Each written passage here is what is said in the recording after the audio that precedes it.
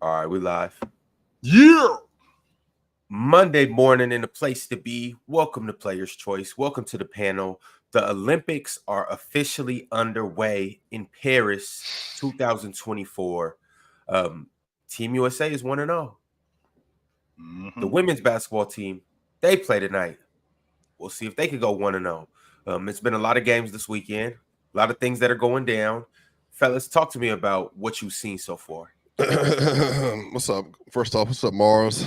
Great job yesterday, Mars. What's up, Chill? Great job last week, as always. Ron, great job yesterday. I'm sure you did a fabulous job doing whatever you were doing. Yeah. Shout out to Player's Choice. Yeah, man, it was a great day yesterday. It was a lot of fun. I'm not gonna lie, that game was great, Ron. I thoroughly enjoyed watching that Olympic game and other events as well. Excuse me for 1 second, guys. Pardon me. Mars. Yes. KD is as good as ever. Okay, no. But like I said, KD on an Olympic stage, international basketball, he's gonna do what KD does. He's gonna score. Now it amazes me still how KD is like the only player I've ever seen who, no matter how much time he has off, he just comes back out like he's never missed a beat. He did it when he came back from his Achilles. He's done it now. He does it now. Every time he comes back from an injury, he's just straight into the flow of things. I always find that amazing. But yeah, I mean, now is he gonna go? What was he? 8 for 9 every game? No, but he's probably gonna lead the team in scoring because it's not gonna take him many shots to put out points. And like I said, international basketball, KD could score on this stage until he's 50 if he wanted to. Like, he's Kevin Durant. There's a reason why Team USA want Kevin Durant. There's a reason why he's maybe the best scorer we've ever seen. He's that good. I wanted Chill to be here because I want to know how he feels about obviously Jayson Tatum not playing. Yeah, we're gonna get to that. When there's a certain Kevin Durant who's now available, one wing player, they're gonna lose some minutes. I'm not surprised. It's Kevin Durant. But yeah, I thought it was a very good game. Serbia just don't have enough to keep up with Team USA. I think they tied the Jokic minutes, but unless Jokic is playing every second of the game, they just don't have enough to keep up. Yeah, you know what I mean. So, they don't have enough athleticism, shooting, the speed, a lot of transition fouls. The athleticism difference is a major thing. They are severely in a deficit athletically, and you can tell. But USA handled business. It was 81-81 with Jokic on the floor. It was 29-3 with Jokic off the floor.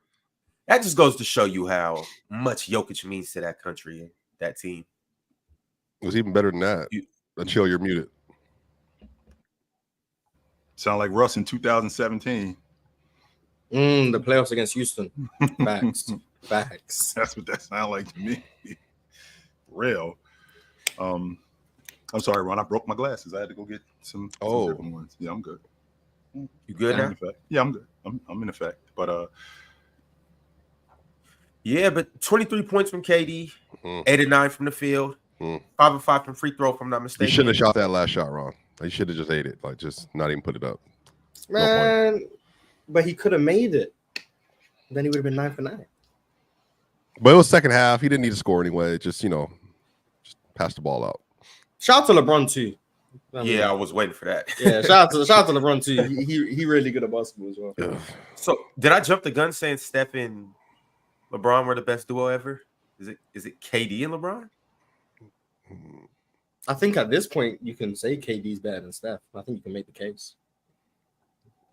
But I'm gonna have to add that to my handy. Well, I don't know. Steph, and we're gonna talk about this, I imagine, more. But you remember they tried to set that down screen for Steph Curry with Jrue Holiday, and then they both went with Steph to the corner, and then Jrue was wide open, and LeBron. Is that a broken play? I was about to ask, Swipe, because it looks clumsy. That's the same thing the Warriors do, where they're Steph is hot, and then they're running off the corner, and then it's like, oh snap, don't let Steph get open. The next thing it's Clay or whoever is cutting to the basket, and that's literally what happened yesterday. Right. Steph causes a bunch of defensive breakdowns that never show up on the box score, but it's just Steph's presence is a different ball game in terms of what you have to do. Yeah, sure. And It's been that way for quite a long time. I mean, they run this action. They run the action. I saw it, Miles, on the left side of the floor where you had a stack with both Curry and Devin Booker, and both James and Anthony Davis are running a pick and roll. And I believe I want to say not Bam. I forgot who was on the right block, but it looked like it was clumsy, but it worked out perfect because ultimately Steph ended up wide open on the wing on a down screen because Devin Booker ends up flashing to the middle of the paint. And that drew all the defense toward him. Meanwhile, Steph Curry at the long ball line, he was wide open. But it looked clumsy initially, but I think it was just misdirection. Well, they got another one of those with again, LeBron at the top of the key with Anthony Edwards. I remember they did the same thing, and Serbia did not handle that switch correctly because they were just, football's a banjo call, banjo. Yep. So if you come my way, I take it. You goes your way, you take it.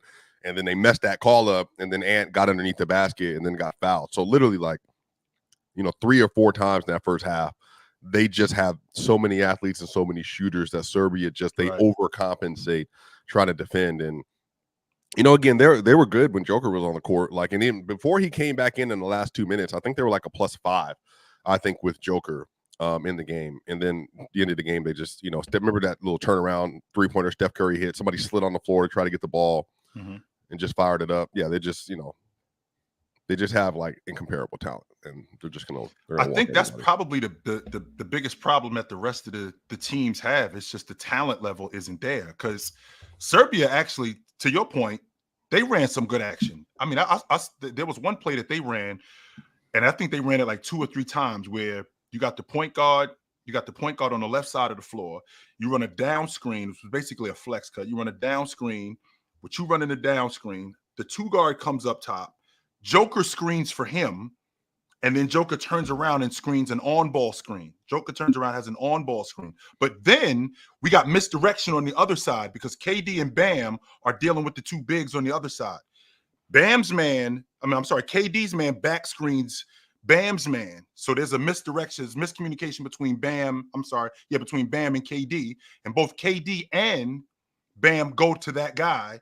Meanwhile, he comes to the pot after he back screens because the guy who back screens normally is the guy who's open. So he back screens and he pops to the long ball line and he's wide open, but he ended up missing the long ball. I think that's the difference with a lot of these teams. Australia's got similar action. Serbia's got real good action. The problem is that they don't have the talent that Team USA has. And I think that's where it gets screwed up. That's where it gets screwed up at. Again, I know, I want to, Ron, is it okay? Can I play your part for a little bit here? Is that right, okay? Quick, before you do, I got to read this $25 super chat from Teddy Hart. He said, KD in pure hooping ability is top 10 all time in my book. Won't have the accolades or legacy to back it up, but it's the truth. Pure hooping ability. So dribble, shooting. And what else is pure hooping ability? He's just saying basketball without the accolades and legacy. Everything, defense, passing, shooting. Basketball just minus accolades. That's what he's saying. It's not Hezzy. Just a ball player. That's it. Just a straight ball player. A lot of that has to do with Hezzy Queen, though. And his ability just the ease of him to just step on any court and just be be the best player on the floor. That's. I mean, it's not crazy. I just have a difficult time with the whole basketball without, because that's your game. What you produce is a result of your game. I mean, let me flip that around. Your game is a result of what you produce. So a guy like KD, the stuff that he produces as a bucket getter, as a rebounder, as a scorer. I mean, don't get me wrong, just because you didn't win the league MVP doesn't mean that you didn't play at that level. He played at that level for many years. I think he had a 5-year stretch where he finished 1 or 2 in league MVP votes. I mean, he's the first team or second team All-Pro for a decade. I mean, he played at that level. So I don't think that we can take the accolades off the floor. The fact that he didn't win the league MVP multiple times, or he didn't win the NBA championship 5 or 6 times, I don't want to discount that he played at that level. No, I don't want to do that. I don't want to lessen it by just calling him a hooper. No, he produced too. But he's better than people who produced more. One more time, Mars. KD is better than people who produced more than him, which is why he's saying take the accolades off the table. That's why he's saying it. It's not because KD hasn't produced. KD has absolutely produced. Right. His resume stands up with a bunch of people. 4 scoring titles, 14-time All-Star, 11-time All-NBA, 2-time Finals MVP. Right. He's gonna have over 30,000 points. Like his legacy, his production is still up there with some of the all-time greats. Sure. But he's saying he's better than people who have objectively produced more from an accolade standpoint. So that's why he's saying without that, just look at him as a player versus this guy as a player. He's better than him. No, and even though KD is still. But that's where it gets cloudy for me, Mars, off the strength that if he did do that, that would be one of the first things that these guys would bring up. The fact that he is a 3-time league MVP or that he's a 10-time first team all-league defender or something like that. If he had done something like that, that'd be the first thing that they bring up. But the fact that he didn't do that, but other guys did, I don't negate the fact that there's guys who produce less that are better players. I'm on record, and there's plenty of people who kind of fought me on this. Eli Manning is not better than Dan Marino. He's not. No, he is not a better player than Dan Marino was. But with that being said, he's got 2 Super Bowls. He's got 2 Super Bowl MVPs. All right, I get with that. A guy like KD, because he's done what he's done, people recognize how awesome he is. I just don't want to lessen it by taking the accolades off the table. He's still awesome. Yo, what's going on, Damo? What up? What up? Thoughts on USA game versus Serbia? Oh, none of this matters until medals are involved in me. We should win. I won't be surprised. Won't be surprised. I genuinely don't care unless we lose or place for gold. That's really it. Do you care at all, Damo? Do you care at all? No, man. I knew this would happen last year when everybody was complaining about Austin Reeves and everybody else on the team. I'm like, all right, cool. When A team gets out there, let's see how stuff looks. Mm-hmm. Now we see how stuff looks. Mm-hmm. All right, well. What up, PC Nation? Warmer, sunnier days are calling. Fuel up for them with Factor's no prep, no mess meals. Meet your wellness goals in time for summer thanks to the menu of chef-crafted meals with options like Calorie Smart, Protein Plus, and Keto. Factor's fresh, never-frozen meals are dietitian approved and ready to eat in just 2 minutes. So no matter how busy you are, you'll always have time to enjoy nutritious, great-tasting meals. Make today the day you kickstart a new healthy routine. What are you waiting for? With 35 different meals and more than 60 add-ons to choose from every week, you'll always have new flavors to explore. Crush your wellness goals this July with dietitian-approved meals and ingredients that you can trust. Make your day delicious. From breakfast to dessert, stay fueled with easy, nutritious options. Treat yourself to restaurant-quality meals that feature premium ingredients like filet mignon, shrimp, and blackened salmon. Keep kitchen time to a minimum. Factor meals are ready in 2 minutes. No shopping, prepping, cooking, or cleaning up. Enjoy effortless support for your lifestyle. Choose from 6 menu preferences to help you manage calories, maximize protein intake, avoid meat, or simply eat well-balanced. Head to factormeals.com/playerschoice50 and use code playerschoice50 to get 50% off your first box plus 20% off your next month. That's code playerschoice50 at factormeals.com/playerschoice50 to get 50% off your first box plus 20% off your next month while your subscription is active. Hey, Swiper, I don't want you to lose your train of thought. You were there was something that he's lost it.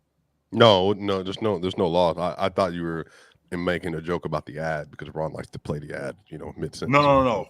But no, look, I'm just I love talking hoops and all that stuff. But let's just get to the narrative. Chill. This is the bad day for you. This is the bad day for you. I understand why this is a bad day for you. Let's just get straight to it. I know what they want to talk about. All cool. We talking about backstream, downstream flexes, all that stuff. That's cool. This is a horrible day for you, Chill. If I was you, I would feel away. I would feel as if I was betrayed. If I was the one sitting on the bench, this would be like you making first team all players choice. Mm-hmm. And then when it come time to get to the nitty gritty, you on the bench, riding the pond, handing me water, Swiper, would you like your coffee refilled? Right. Like one of them kind of things. Sure. Like you have been stamping this dude, top 5 player in the league, best small forward in the league. Kevin Durant comes back, hadn't seen the court, Hadn't touched it. Was on the table, making sure that he was good to go. They was rubbing him down and saying, making sure like, hey, are you good to go? Are you tight? How's your calf feeling? All this other stuff.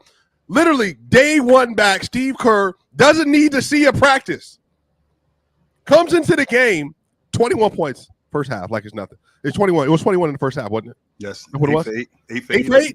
Yes, it was. 8 for 8. And then here comes JT. Come on, guys. Champions. Sat on the bench the whole game. So you're telling me you a top 5 player in the league?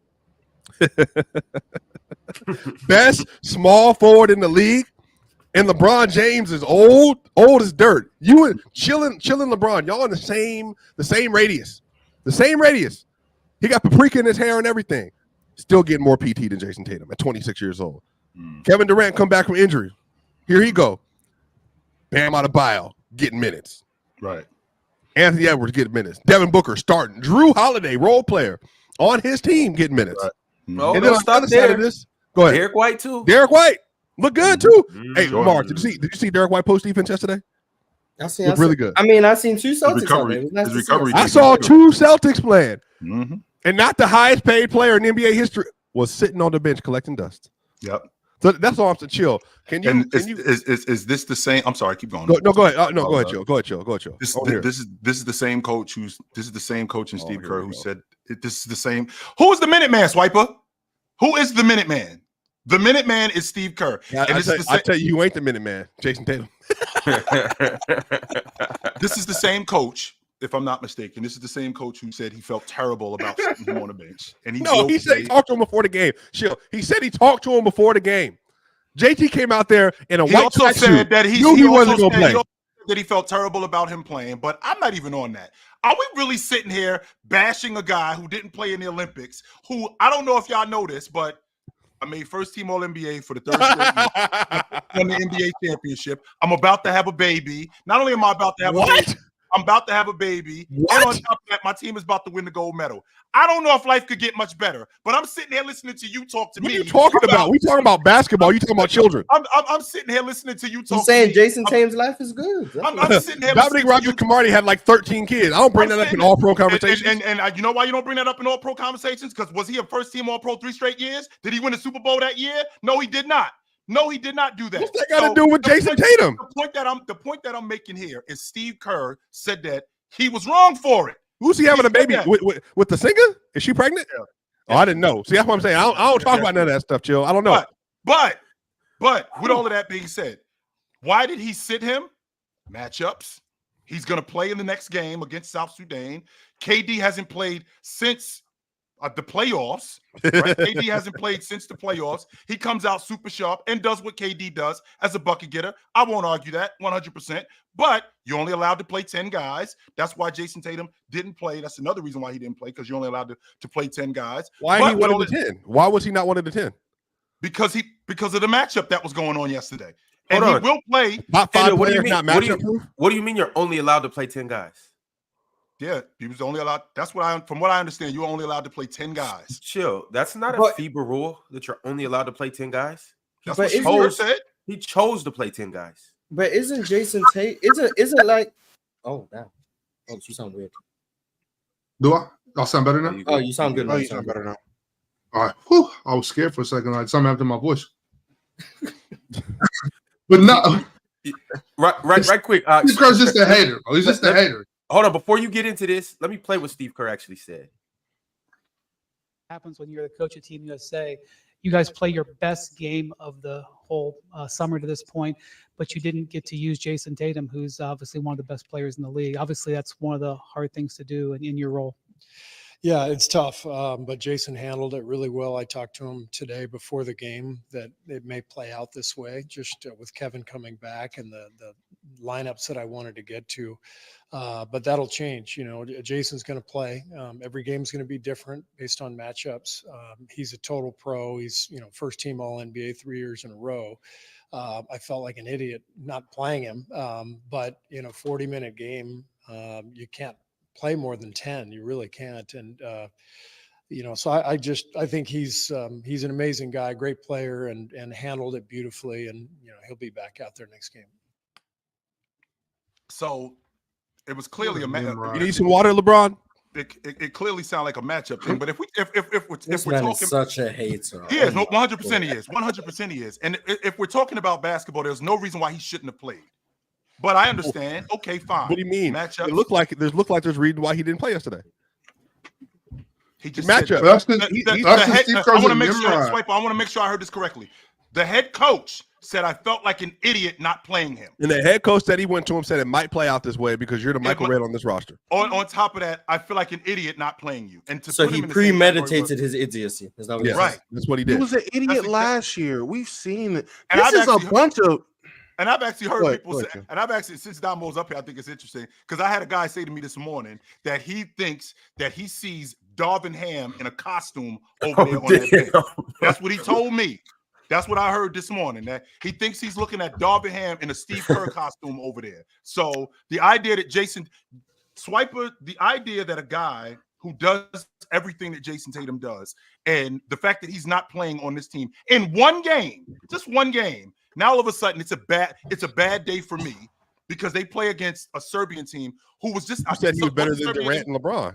I mean, that's been your MO, not mine. And I still stand on it. I still stand on that. And this is the all right, but let's not act like this was like playing Serbia was a competitive game. Like, oh my God, Bron, oh my God, KD, we need to just save you. That wasn't the case at all. You could have gave Jayson Tatum all of any one of their minutes, and they still beat that Serbian team. So let's not act like Steve Kerr has a hard job here. He doesn't have a hard job. It was so elementary.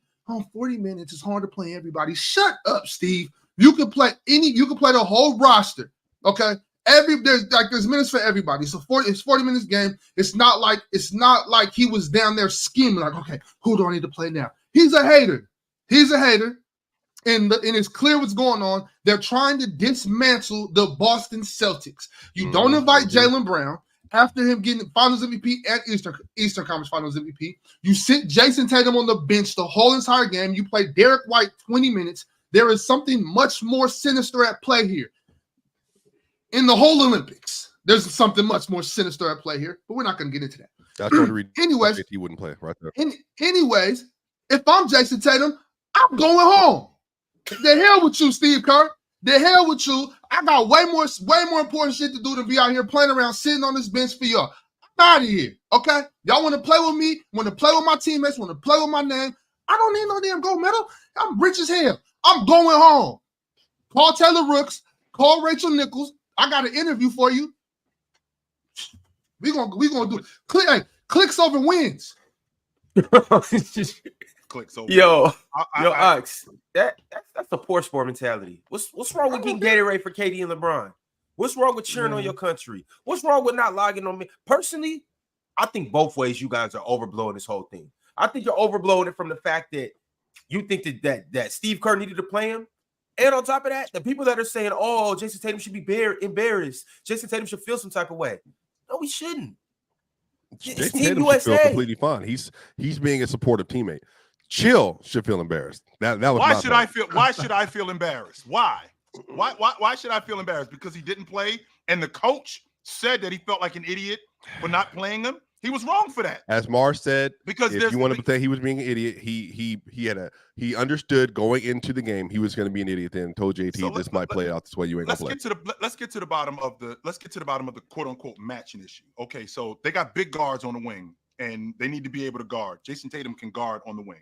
They were worried about their front court and they were worried about rebounding. Okay, well, Jayson Tatum wanted a better rebounding forwards in the game, so that's not an issue.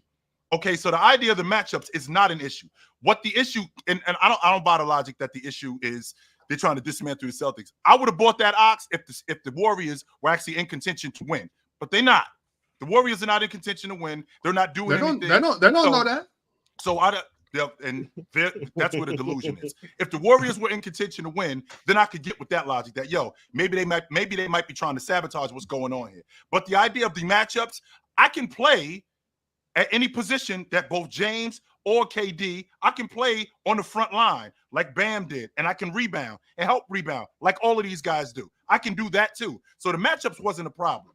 And to Steve Kerr's point, I felt like an idiot not playing him. You should, because he should have played yesterday. There's no reason why he shouldn't have played. And don't tell me that there weren't enough minutes, because you can find minutes. I watched Chuck Daly find minutes for Clyde Drexler. I watched Chuck Daly find minutes for Chris Mullin. I watched these coaches find minutes for guys. You got to find minutes for a first, even if you are loaded at the forward position, even if the game has changed, you got to find minutes for him.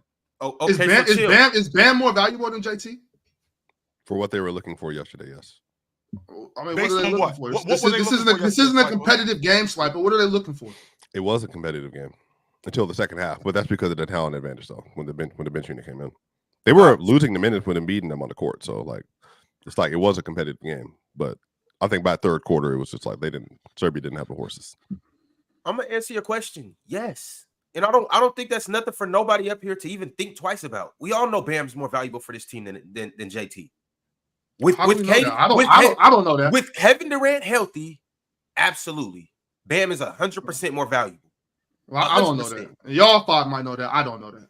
I'm telling you now. You know, Bam is more valuable on this team, Team USA, as currently constructed, than Jayson Tatum. Why? He can't guard Jokic either. It's not like he can do something against Jokic. What's the point? He puts up a bigger fight. Well, no one can. So like exactly. That's my point. Mark, no one's valuable. Like no. I'm not saying that. I'm saying, but if I'm Jayson Tatum and this is Bam Adebayo, neither one of us can really do anything against Jokic anyway. So play JT. We got to take that off the table. Oh, okay. Right. It's not strictly about Jokic, though. So what is it about, Ron? I'm talking about on a night-to-night basis. We got a guy who's just a completely better defender. I don't need to get into everything, but from top to bottom, he's a better defender, better rebounder, better. Just he's gonna go in there and set screens and do the dirty work plays more than JT's going to. Once again, I said you got Bron, Steph, and KD. You don't need somebody coming out shooting logo threes and being a one-on-one guy. He's essentially a dirty work guy. Big man, he's gonna catch oops. He's gonna crash the glass, he's gonna stretch the floor too. Bam's been stretching the floor in this Olympics. Bam's been stretching the floor. Yeah, you almost had us, Ron. You almost had us.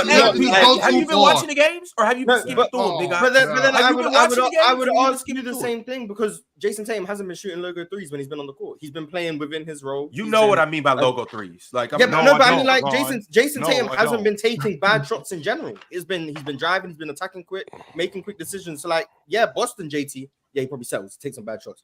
USA JT has not done that. So even USA JT, he doesn't provide the value that Bam does. Defensively, on the glass, versatility, both on the offensive and defensive end. It's only so much you can do with Jayson Tatum. Is JT gonna be out there setting screens and rolling and catching? No, he's not. Chill. But chill. That is why that was the argument why they didn't invite Jaylen Brown onto the team over Derek White. Tatum set an on-ball screen and roll to the hoop. When have we seen JT post up on the block and do that? Like this kind of conversation is exactly why we need to go back to tryouts, because now what we do is we put a bunch of dudes on the crew, right? We put a bunch of dudes on the crew, and now we're talking about what fits. And now Jayson Tatum is now caught in a log jam, so to speak, with James and KD. KD comes off the bench and gets busy. Now all of a sudden, JT is out of the rotation. He shouldn't be playing anymore, according to Swiper. Even though the stuff that he I did not say that. No, you said you virtually didn't say that. No, I didn't say that. I said chill. You should feel embarrassed because your top five player didn't come off the pine for old dirt players. The point is that Jayson Tatum on this crew, now he's caught in a log jam for all intents purposes. He does everything that's necessary for them to win. He does get on the glass. He does score. He does defend on the wing. He is a primary ball handler. He can distribute. He does all of those things. I can appreciate, Ron, you talking about Bam on the defensive end of the floor. On the offensive end of the floor, no, Ron. I'm not giving you Bam over JT on the offensive end of the floor. I'm not doing that. Hell no, I'm not giving you that. With this crew, this crew, I'm not giving you that. I'm telling you, the only thing that Jayson Tatum does with this crew that's more valuable for Team USA than Bam is shoot the three, is catch and shoot the three. But what I'm saying is, like, outside of that, Bam is a better fit next to guys like Steph Curry, next to guys like LeBron James, next to guys like Kevin Durant, and I'll even put other guys out next to Ant, next to Book. Bam's just a better fit when you got those collection of guys on the floor. And on top of that, Anthony Davis. We've talked about this the whole time. Bam and Anthony Davis coming off the bench is like the Bash Bros. It don't get no better than that. So, like, I think Steve Kerr should have played JT? Yes. Over Bam? No. I'll tell you what's better than Bam and AD.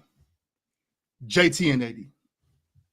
But why are we saying Bam's the one that has to? Okay, JT's gonna play next game. That's not even true. Yeah, JT's gonna play next game 1000%, and I promise you, Bam and AD are both gonna play next game too. Why are we acting like JT has to replace Bam or AD? He doesn't. No, he's gonna play next game, and who knows who he's gonna replace? Maybe it's Derek White. Maybe it's KD having a rest day. Who knows? But JT's gonna play next game. I promise you, this doesn't matter. JT, this is nothing salad. Mars, that's what I'm saying. I should be embarrassed. That's because he didn't play. But no, that's what I'm saying, Mars. You don't have to. They can all play. Like that was my original point. That was my original point, Mars. It's not like he has to just replace somebody and get their minutes. Like there's minutes for all these dudes. Like it's not so like you're correct about that. He doesn't have to just take all the Bam's minutes or all the KD's minutes or all of LeBron's minutes. But like why do you got these dudes out here if you're not going to play them? Especially Jayson Tatum. Why is Jayson Tatum sitting on the bench for a whole game? Everybody doesn't have to play. They won the game. This is nothing salad. I'm not going to lie. This is peak boredom that people are really this concerned, this passionate about Tatum not playing one basketball game. It's not even just a panel. The reaction I'm seeing on the timeline, people really want to have this conversation about JT not playing one game where they win. Bro, it is not that deep.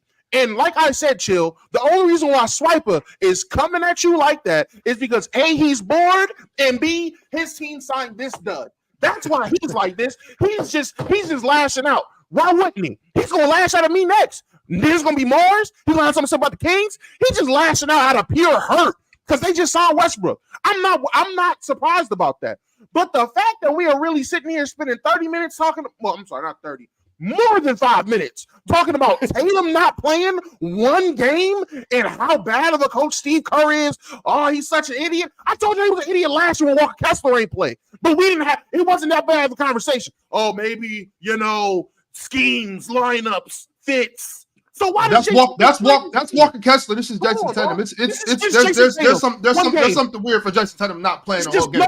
But you got to know, Damo, what should we talk about? Kevin Durant is going 9 for 9. Now when LeBron James is looking like he's still in his prime. Now when Steph Curry is hitting turnaround jumpers. Now when Bam and AD is doing their thing. You don't need Jayson Tatum to play at that point. You don't need any of these dudes to play. You don't. Next game, if they're playing a game where LeBron doesn't need to play, guess what? LeBron shouldn't play. Are we going to be sitting here? Yo, Steve, I'm not going to lie. Oh, yes, that's definitely going to be the conversation. Hell yeah, Damo. You know that's going to be the Damo.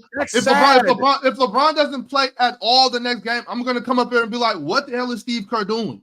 Win. Yes, 100%. If we lose, because they're gonna win. They're gonna win regardless, bro. It doesn't matter. Why do we care if somebody misses the game or not? So that's what I'm saying. We're gonna win regardless, Ox. But so if we're gonna win regardless, Ox, why do you care who plays? No matter who plays. If we only got 6 guys, and these 6 guys, Halliburton, Anthony Edwards, Steph Curry, Bam, Anthony Davis, Joel Embiid. Those 6 guys play and we win. Why you care that LeBron James ain't playing? Why you care that Kevin Durant ain't playing? Why do you care that Derek White ain't playing? Why you care? We win. Why do I care? You talking to me, right? Care? Why do I care? Because if I'm Jayson Tatum, I'm putting myself in Jayson Tatum's shoes. I would be pissed. That's why. Maybe you're not a competitor, Damo. I don't know. But me, I want to play. I'm all the way in France. I'm all the way in Paris. And they don't. It's not like any of these dudes are just way better than me. Why the hell am I sitting here watch this team win and I'm sitting on the bench? That's just stupid. That's dumb. So as much as it's a nothing burrito, I feel like I should be on the damn floor. That's why. If you two If y'all two feel like, oh, well, they won, so I don't want to play. Well, then, okay, well, then y'all might want to be sit on the pine because I'm not. No, I'm not. Like I feel like I want to play basketball. I'm not. I'm a competitor too. I'm a competitor too. I'm a sore loser. I hate losing. I'm a sore loser. I hate losing, and I damn sure am a competitor. I go at it with anybody. Trust me. But you know what I'm not doing? You know how much I guess I'm just there's different levels of competitiveness. Because one thing I'm not doing is sitting there watching these niggas in Paris thinking, if I was Tyrese Halliburton, I'll cause a ruckus if I ain't play. Well, I mean, what? I do. Here go wrong. I do. It's nothing about competitiveness. I don't care. I do not care enough to sit there and say, I'm gonna put myself in his shoes and be mad for him. What? We won. Before we go any further, why are we making him mad? That's insane. I'm not making him mad. I'm just saying what's logical. What's logical? You're not, Ox. You're not. It's not logical. That's because it's Jayson Tatum. So you're capping because it's Jayson Tatum. That's what it is. Hold on. You're trying to downplay it because it's Jayson. Let me ask you a question, Ox. Cool. So in a couple games, whenever Joel Embiid doesn't play, because he's playing like dog water, whenever he doesn't play, are you going to be up here talking about, hey, I put myself in them Cameroonian Nikes, and you know, if he's healthy, I'm just mad. If he's healthy, if Joel Embiid is healthy, he should play. Yes, if he's healthy, when he doesn't play, you're going to come up here with that same energy. Well, I mean, unless it's a nothing taco, I don't want to upset you. You know what I'm saying? I don't want to upset you for talking about a nothing taco. But I'm definitely gonna. I just said, Damo. Yes. If you're healthy and you're in the Olympics, this is the Olympics. So if I'm healthy and I'm playing solid basketball and I sit on the bench for 40 minutes, yes, I would be pissed, and I'm gonna question Steve Kerr every time he does that. Sure. Yes, 100%. With that, if that's the case, oh, we can only play 10 guys in 40 minutes. Well, then only take 10 guys, then, Steve. Why are you wasting this dude's summer? A lot of nothing biscuits. May I, Damo? May I, sir? Oh, you got it.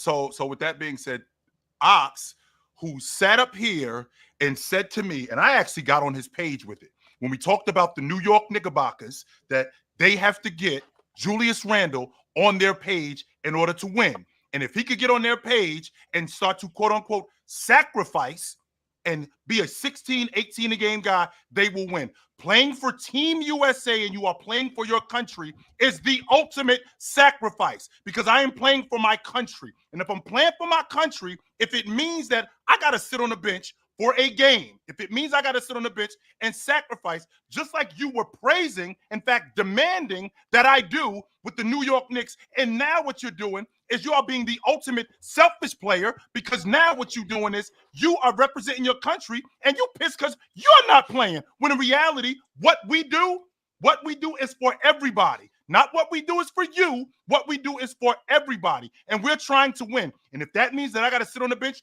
for a game, then I will sit on the bench for a game. But if you're telling me that you're going to be pissed that you got to sit on the bench for a game, Ox, don't never talk to me again about sacrificing, because I don't want to hear that. That's not fact. I don't want to hear that. Well, I'm not trying to hear that from you.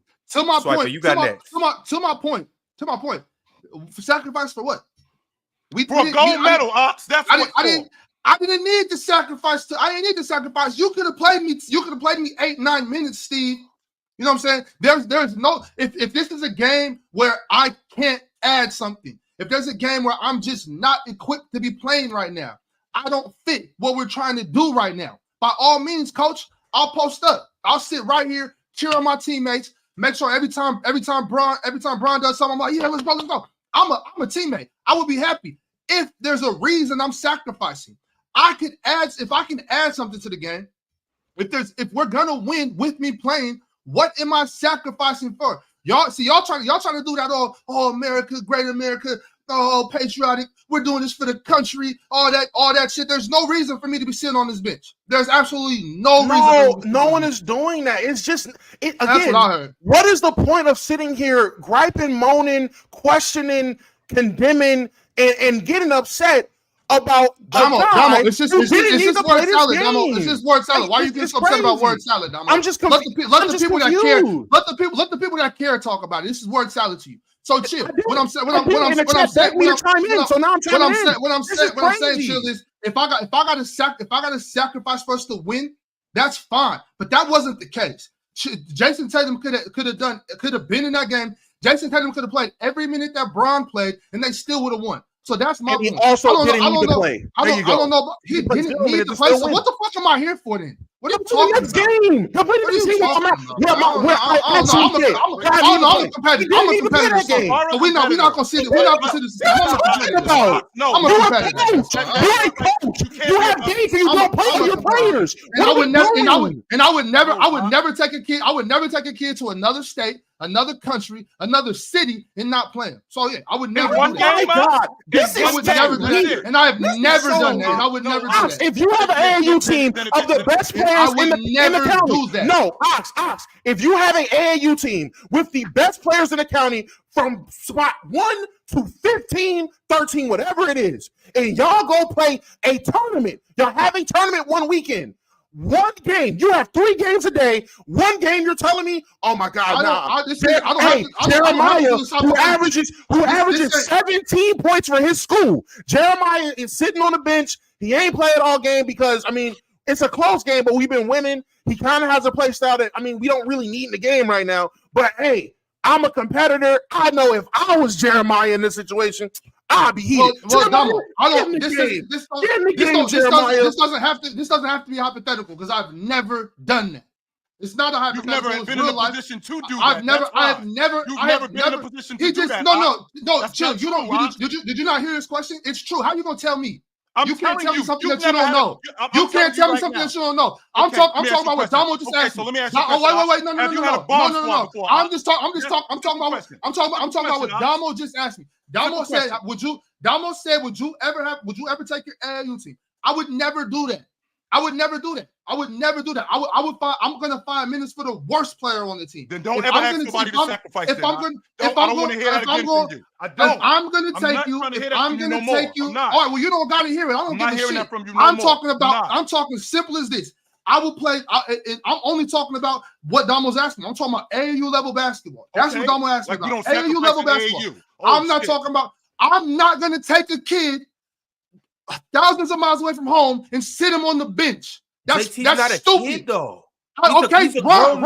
I'm talking about what Damo said. I'm talking about what Damo asked me. I get what you're saying, but you know that, and you already know that. No, I do. And Ox isn't lying. Me and Ox got in an argument because we were about to bring a team from Mexico up here, and I'm like, Ox, these certain kids probably shouldn't play. And he's like, yo, I'm not about to take these kids across state lines and not playing. Ox is not lying. I'm different. It's some players where, look, you just aren't going to play at all in this tournament. And it's some players where you just not going to play at all tonight. Why aren't we making a big deal about Hallie? That's the league in assists. One of the best point guards in the league, X, Y, and Z. My thing is they both should have played too. And I'm not saying that like y'all know I'm the Hallie guy. Okay, yeah. And I could do an argument. What I'm saying is they both did not play, and they both didn't need to play. And Steve Kerr's not wrong for playing both of them. I really don't think so. If you are the 11th and 12th man on the team, which I don't know if Jayson Tatum is, he could be anywhere from the 7th to 11th guy. But if that night he was the 11th guy, I don't think Steve Kerr's wrong for that, and I don't think Jayson Tatum should feel a certain type of way about that. If that was any of y'all sitting on that bench, I'll be upset too. That's what I'm saying. I'll be pissed. Like, bro, put me in again. And I'll call you and be like, Ox, I make too much damn money for you to be mad that I didn't play one exhibition game. Like, what are we talking about? But I do think Halliburton should go home too. I'm a competitor, bro. I'm trying to get in the game. Swiper, what's good? Yeah, well, first off, I appreciate everyone's enthusiasm in this conversation. Obviously, the conversation having the intended effect. I think the chat is engaging in it. Appreciate Damo as always engaging with the energy. And yeah, I think some of this, the reason why I asked this question in the first place, I said what I said, Chills, because I think it's problematic. Ultimately, does it actually matter? Damo is 100% correct. It means nothing in the long run. He is going to play at some point in time, and he's deservedly going to play, and he should play. Matter of fact, I'd even make an argument that he should have played this last game, Chill. But I think for you, Chill, indeed, because I've been arguing with this since February, that if KD and LeBron are going to walk into the arena like that, and they're going to get that many minutes, and then LeBron's going to play 30-plus minutes at 39 years old. Again, I just think that kind of speaks to where they are as players, how they're viewed, their effectiveness, all that other stuff. But, JT will probably play the next game. They're probably going to need him, especially if it's like South Sudan. They're going to have more speed, more athleticism. You're going to need somebody like JT to play. But I think that's the other side of this too. It's like JT is an interchangeable player. I don't think, Ox, this is where I stand with JT. He is not essential to USA being as good as they possibly can be. I think Durant, I think LeBron, I think AD, and I think a couple other players are the actual essential players that have to play every single game. Because, Chill, you saw, even Team USA yesterday, they look like a different team when LeBron is on and off the court. Do you agree with that, Chill? I do. Just because of his ability to pass, the transition, I think the leadership, obviously, even, his ability, like as a shooter, his ability to find people down, when he's at the top of the key and then he's getting people in the lane or he's working off the side, like the wings and all that stuff. He just does it all. I think that LeBron and Kevin Durant being an immediate on-ball scorer, pull-up shooter, and then off-ball scorer, those things are primary. And so I think that's why JT is going to have issues getting consistent minutes, because the two best wings at the FIBA level on the team, or the two best players, you could argue, at the FIBA level on the team are going to be Bron and KD. So then does JT have the skill set to get minutes over one of those guys consistently? And Chill, if they're both healthy, I would probably say no. For me, that's more so what it comes down to with JT. JT is just not going to be as essential in the long run, because I just don't think he has a skill that is irreplaceable to the team as such, an AD or a Bron or a KD or even a Steph Curry, at the top of the key. And even Jrue and Derek White are also proving to be indispensable in some ways, because they're really good on-ball defenders, and even as guard defenders, they're good post defenders as well. So that's probably why, in terms of the calculus, JT did not play, but he'll definitely get some time next game.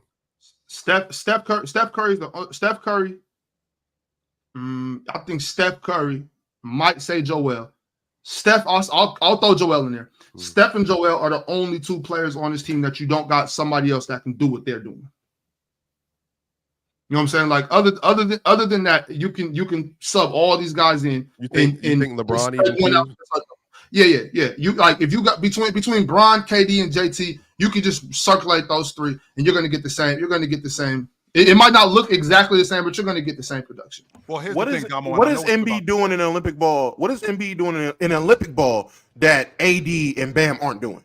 Well, I'm just saying that I'm saying he has something in his game that you can't replace, as far as just on block work, a big man scoring, just scoring the basketball. I get you.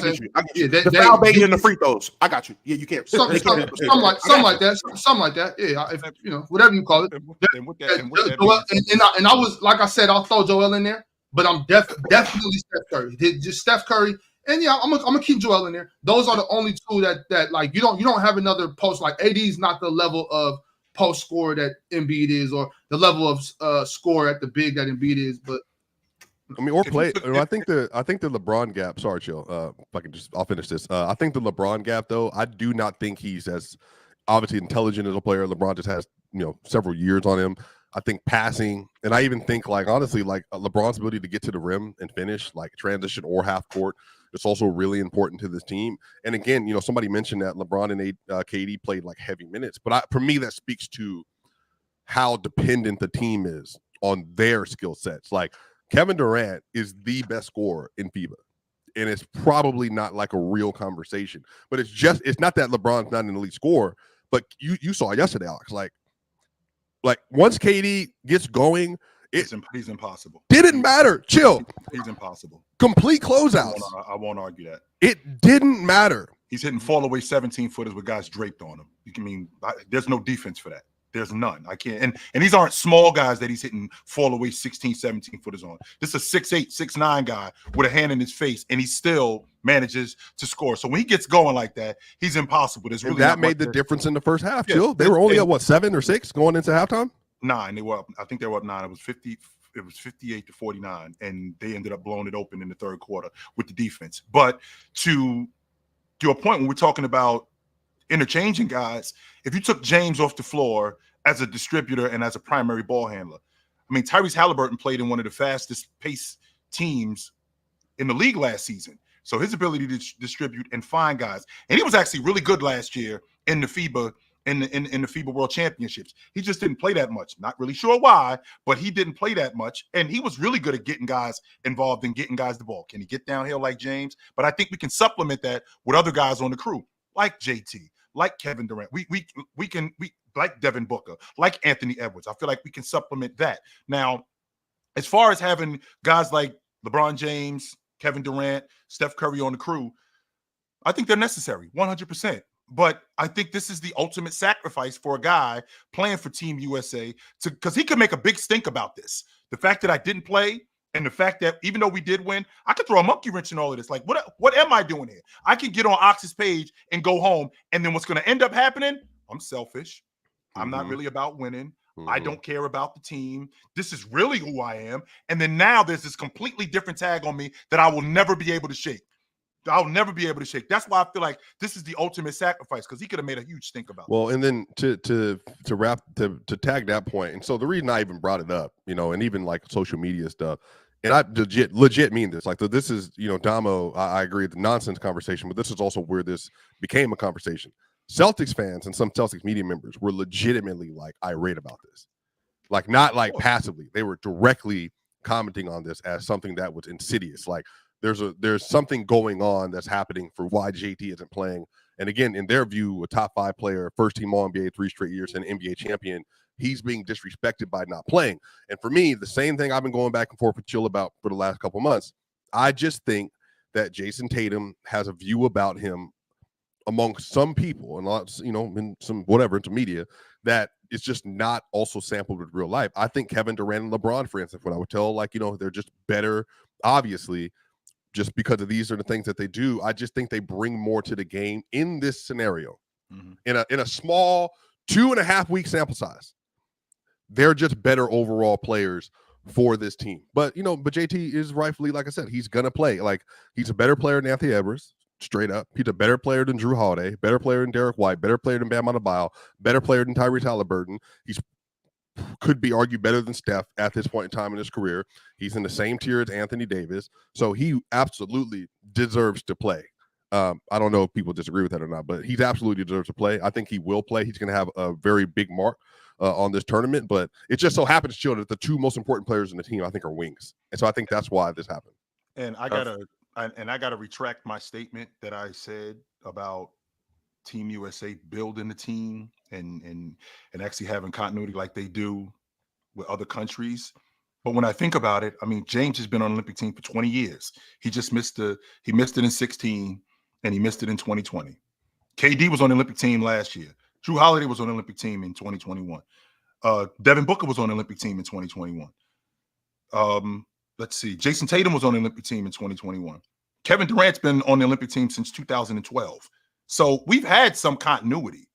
Now that, and when I said that originally, I was thinking about throwing these units together, but then I'm watching KD, I'm watching James, and I'm seeing the continuance of these dudes. And I'm like, wait a minute, these dudes been on the crew for a long time, just like Rudy Fernandez in Spain, right? Just like Wemby, just like Rudy Gobert with France. So we've had that. So I've had to retract that statement, but I feel like moving forward, the core of Team USA, Halliburton, Jaylen Brown, Jayson Tatum, Bam Adebayo, Jayson Tatum, Jaylen Brown, Bam Adebayo, Anthony Edwards, Tyrese Halliburton. I feel like that should be the core of Team USA moving forward.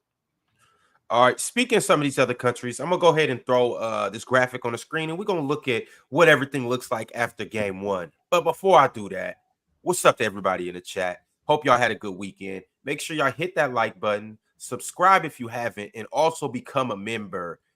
And join the Hall of Fame tier if you're questioning which membership tier you should join. Be like Kendall Daniels. Be like Dorian Clayton. Be like Cobra, son of Raditz. Be like Multi-Kenny. Those are all Hall of Famers currently at the moment. Big shout out to them. You guys can join that crew just like them. Get special perks, get shout outs, and also every Friday, you could come up here and cook with the panel if you decide to be a Hall of Fame member. All right, these are the standings, fellas, as currently issued right now. Group C, you see we have USA 1-0. South Sudan 1-0, and those two they play, I think, Wednesday night or Wednesday morning. So we'll see them play here pretty soon. Puerto Rico, they lost to South Sudan, and obviously Serbia lost to USA. And then on the other end, you have that's Spain's 1-0. What's that? Oh, that's the women group. I was about to say, why is Serbia on here twice? Focus, right, so Ron. It says right there, women's basketball. It says right there, Ron, women's basketball. What are we doing, Ron? Focus. So you have Serbia 1-0 in the women's group, and then you have Spain 1-0 in the women's group as well. China and Puerto Rico are obviously they haven't won a game either. That's currently what we have. The USA women's group has not played yet, as currently stands. So they'll tomorrow. They play tonight or tomorrow? No, they play tonight. Okay. They actually hold on right quick. They actually might be playing right now. Right. Women's team, yeah, they play against Japan at 3 Eastern today. So that will be their opening game. But that's what Team USA's group's looking like right now at the moment. USA versus South Sudan, how are we looking at that? They should handle them dudes because now they're familiar with them. They should handle them. It should not be a dogfight like it was the first time. They should be better on the perimeter as defenders because they know their action. They should be better on the glass because they know who those guys are on the glass. They also, guys like Joel Embiid, guys like Anthony Davis, now they know what they look like. The big guy that's going to Duke with Cooper Flag, who can knock down the mid-range. You got a better idea and a better scouting report on these guys. So you should be able to play faster because you know how fast they play. Not necessarily match their speed and play fast like them the entire game, but you should definitely be able to speed the game up a little bit more. I'd play Tyrese Halliburton a little bit more in this. I'd play Tyrese Halliburton in this game if I had the opportunity. Him and Jrue Holiday. I don't think we talk nearly enough about Jrue Holiday's importance. How much he disrupted that offense yesterday for Serbia was incredible. I thought that he did a great job on that point guard. He had him in shambles. He had him all over the place. So he's just dribbling the ball all over the place. Yes, he had him. I was watching that game yesterday. I'm thinking to myself, and I know FIBA is different than the NBA. Can you name me 3 better on-ball defenders in the game than Jrue Holiday? Now or ever? Today, 2024. Oh, no. Not when he's locked in, no. Because I heard OG. No. I heard Mikal Bridges. No. No, it would have to be like Who are you talking to, a Knicks fan? This is what I'm listening to, Damo. Herb Jones, maybe. Caruso. Maybe. Caruso, Jalen Suggs, Herb Jones. Lou Dort, Jaden McDaniels. These Lou are the guys. Dort, KCP. These are the names that I'm hearing. I've never when heard Drew's 100% locked KCP. in. When Drew's 100% locked in, it's him, Caruso, and probably Herb, in my opinion. Yeah, maybe Jalen Suggs. That's what I was probably thinking right about. under Herb Jones, Caruso, and Jrue Holiday. Guard defenders, like guard specifically. Lou Dort's not up there in the conversation. On ball, I don't think he's with those ball? 3. I think he's elite. I don't think he's with those 3. Because when you talk about a guy anticipating and disrupting, I mean, just watching yesterday with that Serbian point guard who Jrue had him all over the place, jumping gaps, handsy. You want to talk about somebody who hasn't shown up yet in Olympic plays is Bogey. Hadn't hit anything. And he's been in and out with injuries, but hadn't hit not nothing yet. And then Micic is. You saw him yesterday. He dribbles like he's like a star level guard, like in the NBA, without any of the athleticism and shooting. He can't shoot. Get off the pill, yo. Get off the pill, please. And then he was ramming people at half court. South Sudan, the youngest country in the world, has won their first ever Olympic game in the history of their country. They beat Puerto Rico. How do we feel about this? Like this is just like the youngest period, like without sports in the world. The newest formed country. Yeah, I think really. Oh, I got you. Not in terms of the average age. My bad. No, we're not talking about that. I was like, how did they measure that? Okay. Yeah, that's yeah. My mind. You thought it was a country ran by teenagers? That's not going on, Tomo. The president 19, the vice president 17. Oh my god. The treasurer is 15. No, that's not going on. How we feeling about South Sudan now? They're good. They've obviously showed up. They gave USA a run for their money. They just beat Puerto Rico. How much do you think forced to be reckoned with? They should smoke them, Ron. They should smoke them. But how much do you think the fact that they're not going to have like an overwhelming athleticism advantage is going to play in the favor of Sudan, though? Like, are they going to be skilled and disciplined enough for 4 quarters to like put them away? Like, or maybe it's to run in the 3rd quarter, like, because if they're, I really want to know how dependent the U.S. is going to be on the fact that they're just bigger, faster, and more athletic than everybody. And for South Sudan, that gap wasn't as wide. And will that be a factor at all in the game? Well, I think they know now that, especially after that first game, how close it was. I think they know now that they're gonna have to outskill them, outclass them. Like they're gonna be able to match their physicality. They're gonna be able to match them trying to get up and down. But when it comes down to playing a game of basketball, LeBron still sees Wyndon Gabriel over there. He's like, all right, well, there's levels to doing this, and we got guys over here who are just genuinely at a different level. Not taking that away from the South Sudan game.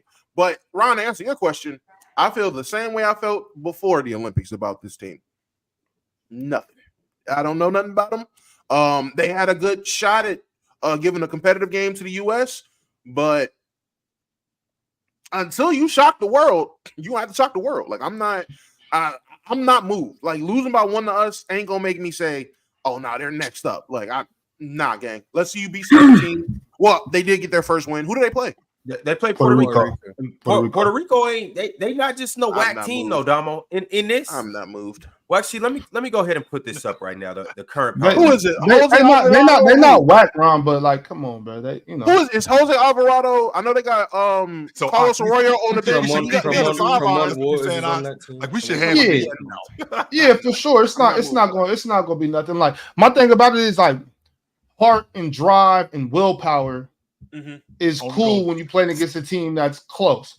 The disparity in talent, skill, size, and all that is the gap is far too. Now it's not a 43-point gap. I think that was so disrespectful. But like, this is not going to be.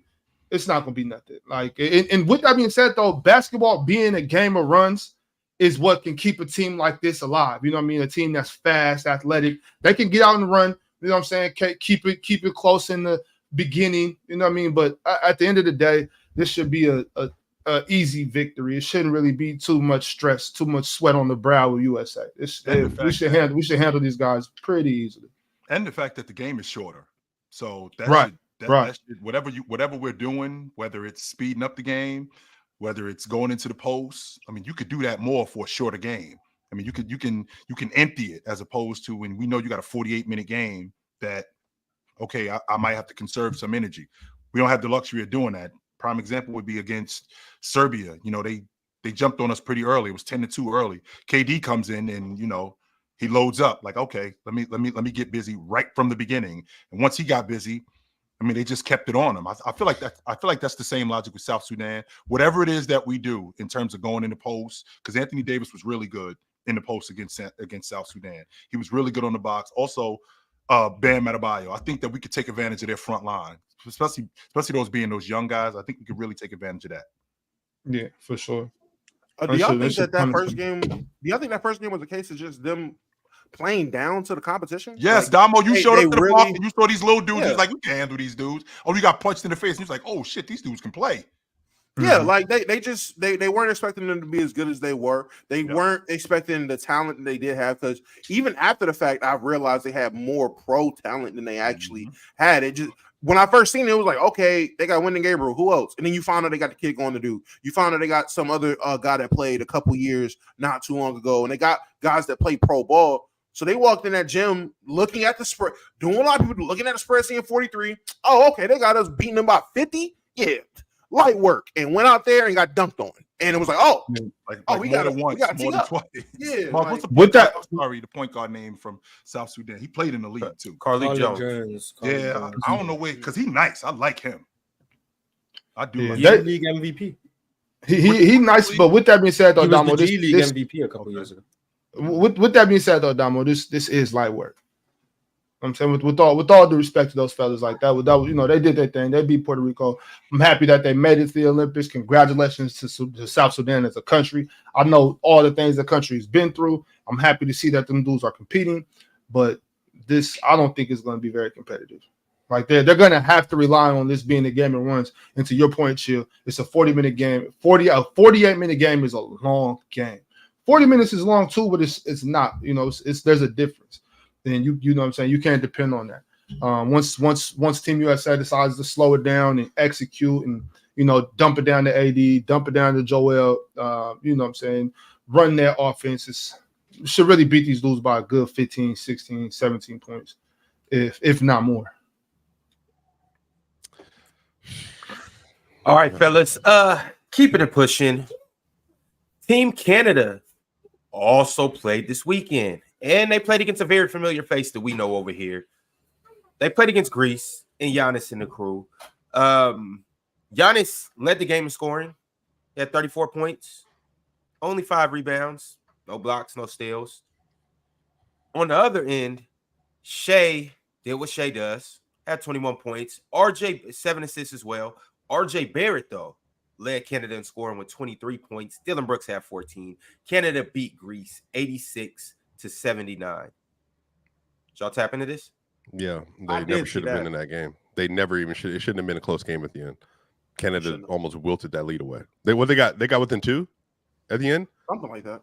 It was a double-digit game at one point, and then Trey Lyles bringing the ball up the court.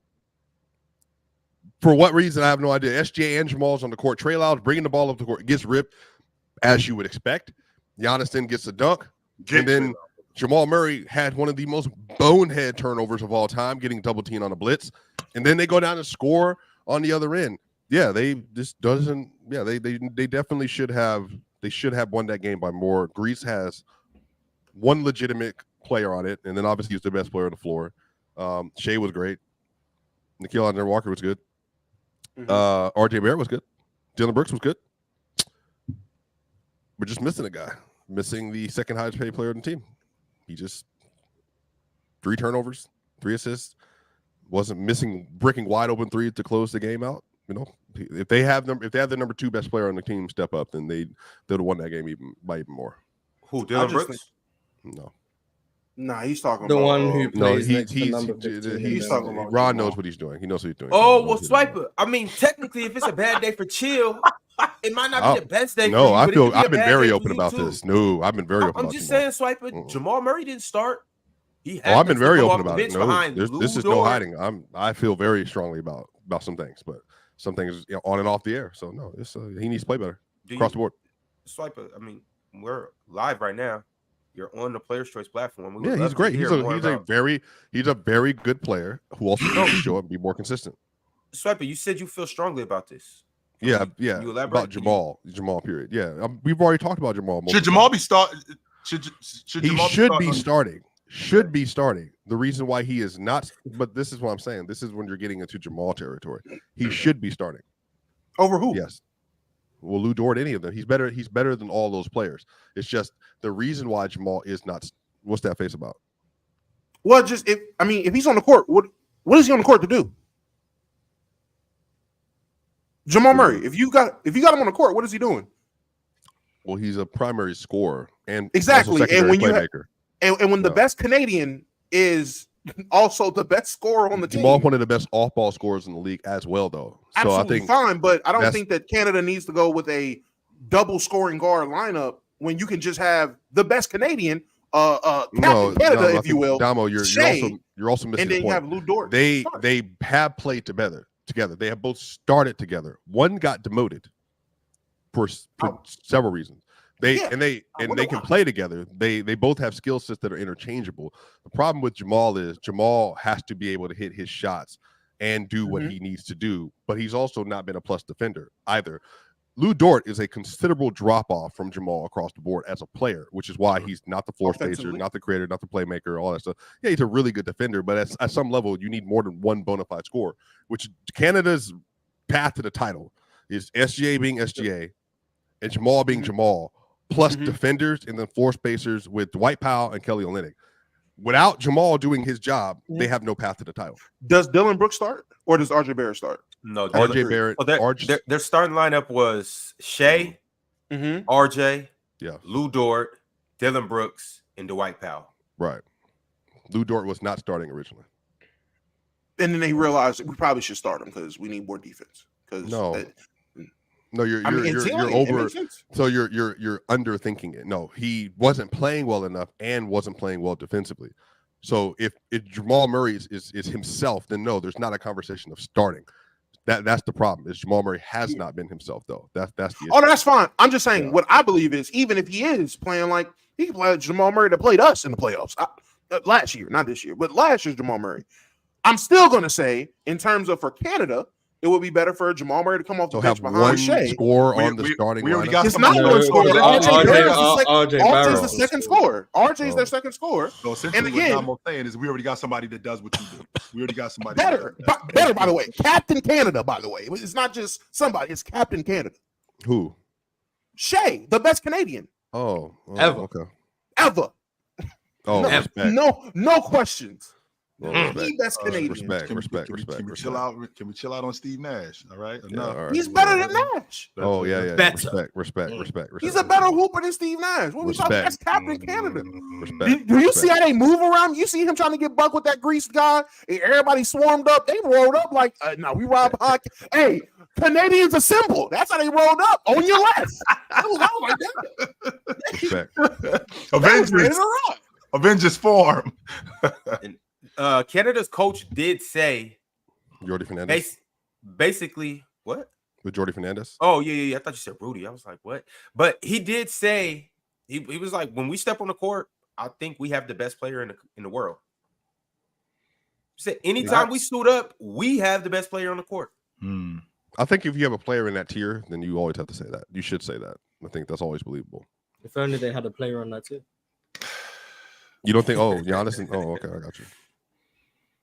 If you have it, you gotta perform. Don't just tell me that I'm the best rapper here, but then when you get in the ring with other rappers, you don't rhyme.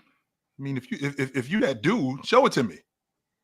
That shit isn't playing well though. I ain't saying that he's not. I'm just that's kind of the logic. That's all. And Ox, to be honest with you, now that I'm looking at you, and we just got finished talking about South Sudan, Ox, you might have a East African descent. Like maybe Sudan. I'm thinking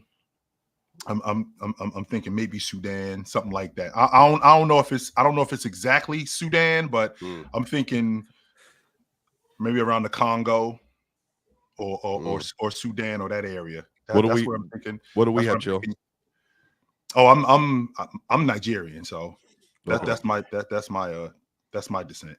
So I don't know. Could be.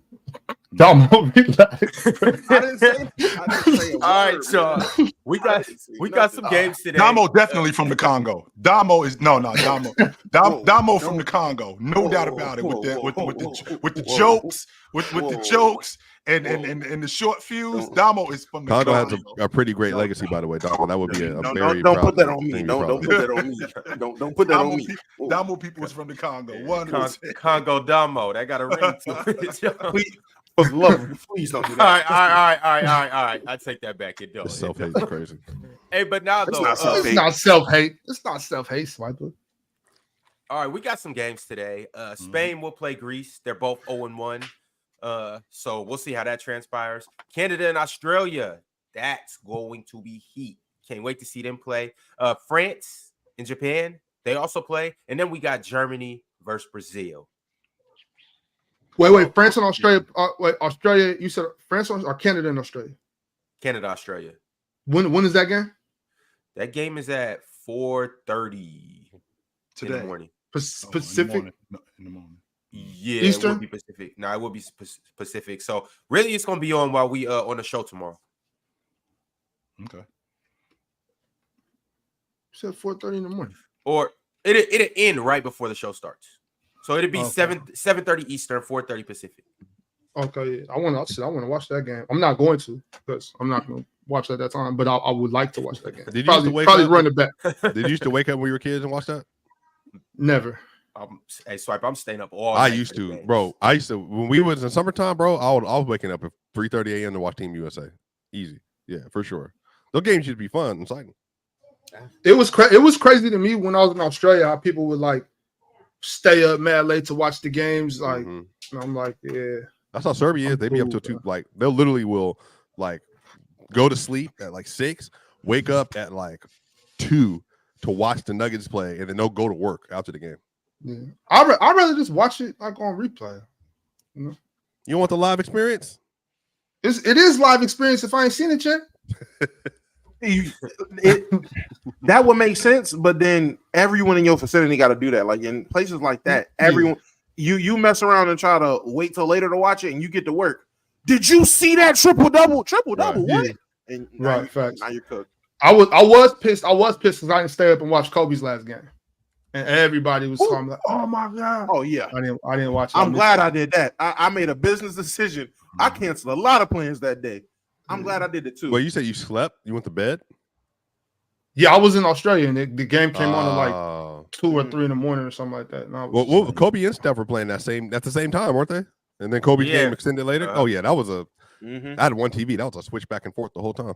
ESPN should have. I mean, nowadays they probably would have flexed one of the games so they didn't play at the same time. But that was wild. If we had YouTube TV back in double screen, that would have been cool. I would have loved that. Yeah. I am saying though, like I regret that. I was pissed about that. I definitely wish I would have watched that. All right, fellas, we got some super chats, so let's go ahead and do it. We also got some new members. Let me start with you guys. Welcome to the party, Mos Neff. Thanks for coming through. Also, Mos Neff's the only member today. Shout out Mos Neff. Yeah, you in loan company. Big ups to you. MC Robinson, he's been around for a while. You see 24 months.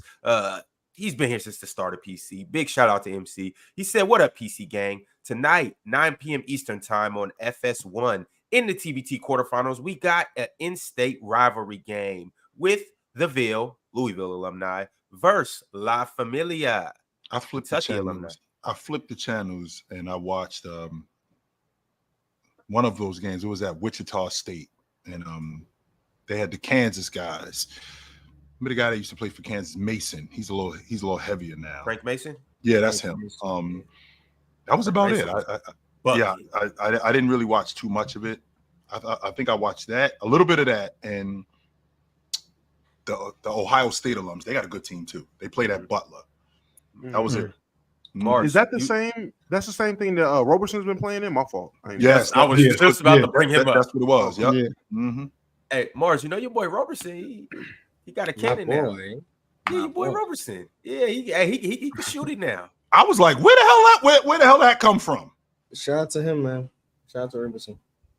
Hey, if Roberson, Mars, so what would Roberson look like at that time on that team if he could just shoot it? I mean, right now he was shooting 45% through the first 4 games. But what would he look like at that moment in time if he could shoot, let's say, 39%? How does that change the tide of everything that's going on? How did that change Russ's legacy?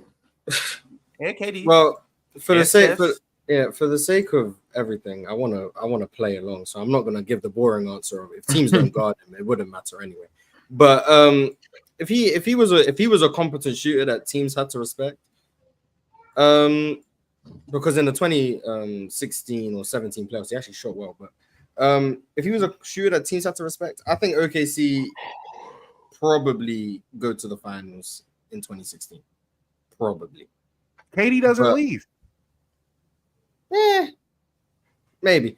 But I think they probably go to the finals in 2016 if Roberson is a competent shooter.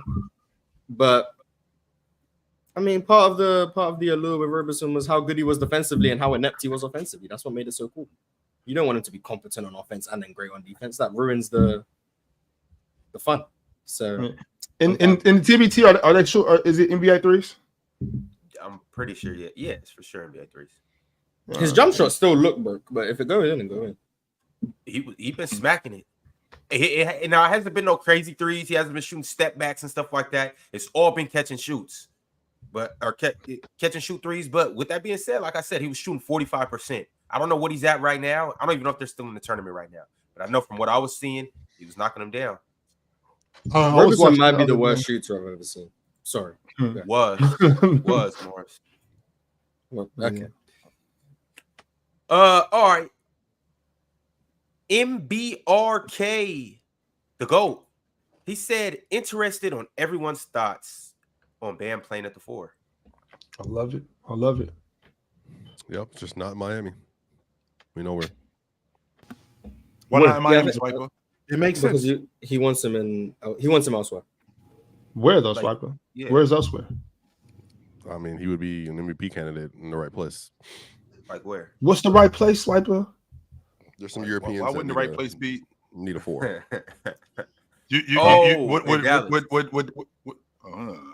When you say Europeans, you mean like not an NBA? Like, what are you talking about?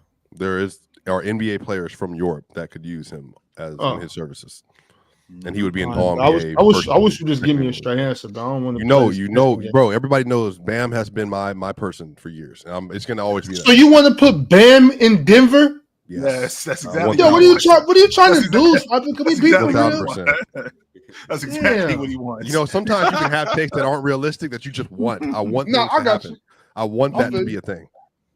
That's exactly what he wants. Bam is incredible. He would be amazing at the 4 next to Kristaps Porzingis. Just put. Maybe Khalil Ware will be it. If Khalil Ware can be that, then cool. I'm good. Bam he can play whatever. He can be I ain't gonna say he can be a 3. He can be a 4 or 5 anywhere. Swiper, I know a certain Lithuanian fella that could play the 5 while he's at the 4, and Bam could play with his Kentucky brothers. You know what I'm saying? I would now who's we're Lithuanian? Who's Lithuanian? Oh, he ain't Lithuanian. He's from here, Delaware. Is He's Bam not one from of the Delaware. most He was born in Portland. Yeah, born in Portland.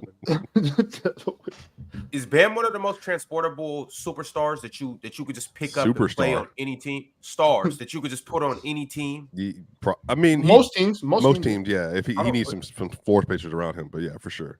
Is there a team that you don't think Bam could play on? I don't think he played with Embiid. Nah. I don't think he would play as well. Let me say as well with Embiid. I think the most portable superstar is Jayson Tatum, but I don't want to. I agree.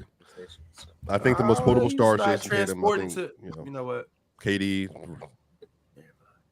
Nah, this version of KD, nah. KD 7 years ago, that would be my answer. But now 5 years ago. Anything before the Achilles, I'll pick KD. But now I'm going with Jayson Tatum. Yeah. If the rankings would be JT. Giannis is. I think I said Giannis might be 2 for me. I can't. I think. You don't think he? I don't like Giannis like that. Not until he can screen. Not until he can screen. You don't think his screen game? Mars, we're in year 10. He still can't set solid screens, Mars. We'll figure it out. It's only been 10 years. Yes, 2013. Yeah, 2013. Yeah. He'll figure it out. I feel like he's been about to get another contract soon, Ox. Yeah, facts. I mean, he's still young. He might get 2 more if Giannis stays healthy. He might get 2 more. He's 29. Yeah, he's 30 wait, he ain't 30 yet? No, he's 29. No, he was the youngest player in his draft. No, he's not 30. Yeah, Jokic 29, Giannis 29, and Embiid's just turned 30. Anthony Davis is 31. So they're getting older, but they're all very still young. Embiid's 30 is a lot. Embiid's 30 is a lot different than the rest of these guys. Yeah, his knee's 48. Yeah, he might. That's the thing. He might really not be 30. You know what I'm saying? So. Oh my god! What? I'm just saying. I mean, Luabal Mute said he was 15. I don't know. Shabazz Muhammad was the one who got that was a big deal in his draft, right? Apparently, he was 2 years older than what he said he was coming out, and it hey man, you gotta do what you gotta do. Was it? I think it was Shabazz Muhammad. I thought the only one that was score was Thon Maker. What do the Knicks look like with take Julius Randle out the roster and put Bang Bam gosh. on the roster? Oh my gosh. They're the best team. They're the best team. They're the best team. They're the best team. Go ahead. Best team in the East. No question. No, nothing for me. Hands for down. Me, no question. Respect Julius Randle. That's what I'm saying, Mars. No, what do you mean? That's what you're saying, Mars. You don't like Julius either, Chill. I don't. I'm facade on. Chill thinks Julius is the best player on the Knicks. On the what? He thinks Julius Randle is the best player on the Knicks. How does he know? He doesn't believe that. I've just come off that stance because of what Jalen Brunson has been able to do lately. But he thought that 2 months ago. Yes. 2 months. Before the playoffs, he thought that. Before the playoffs, 2 months. I thought Julius Randle. Before the playoffs, he did. Yeah. Before the playoffs, he thought Julius Randle was the best player. Chill. What? I mean, honestly, I'm being dead honest with you, Chill. Before we became best friends because we knew each other. We're not best friends anymore.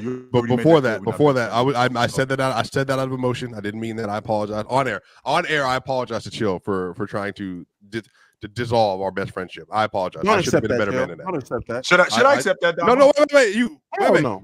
Stay out of grown folks' business, Dom. I'll go back to the kids' table. Let me talk to my friend. All right. I apologize, Chill, for what I did.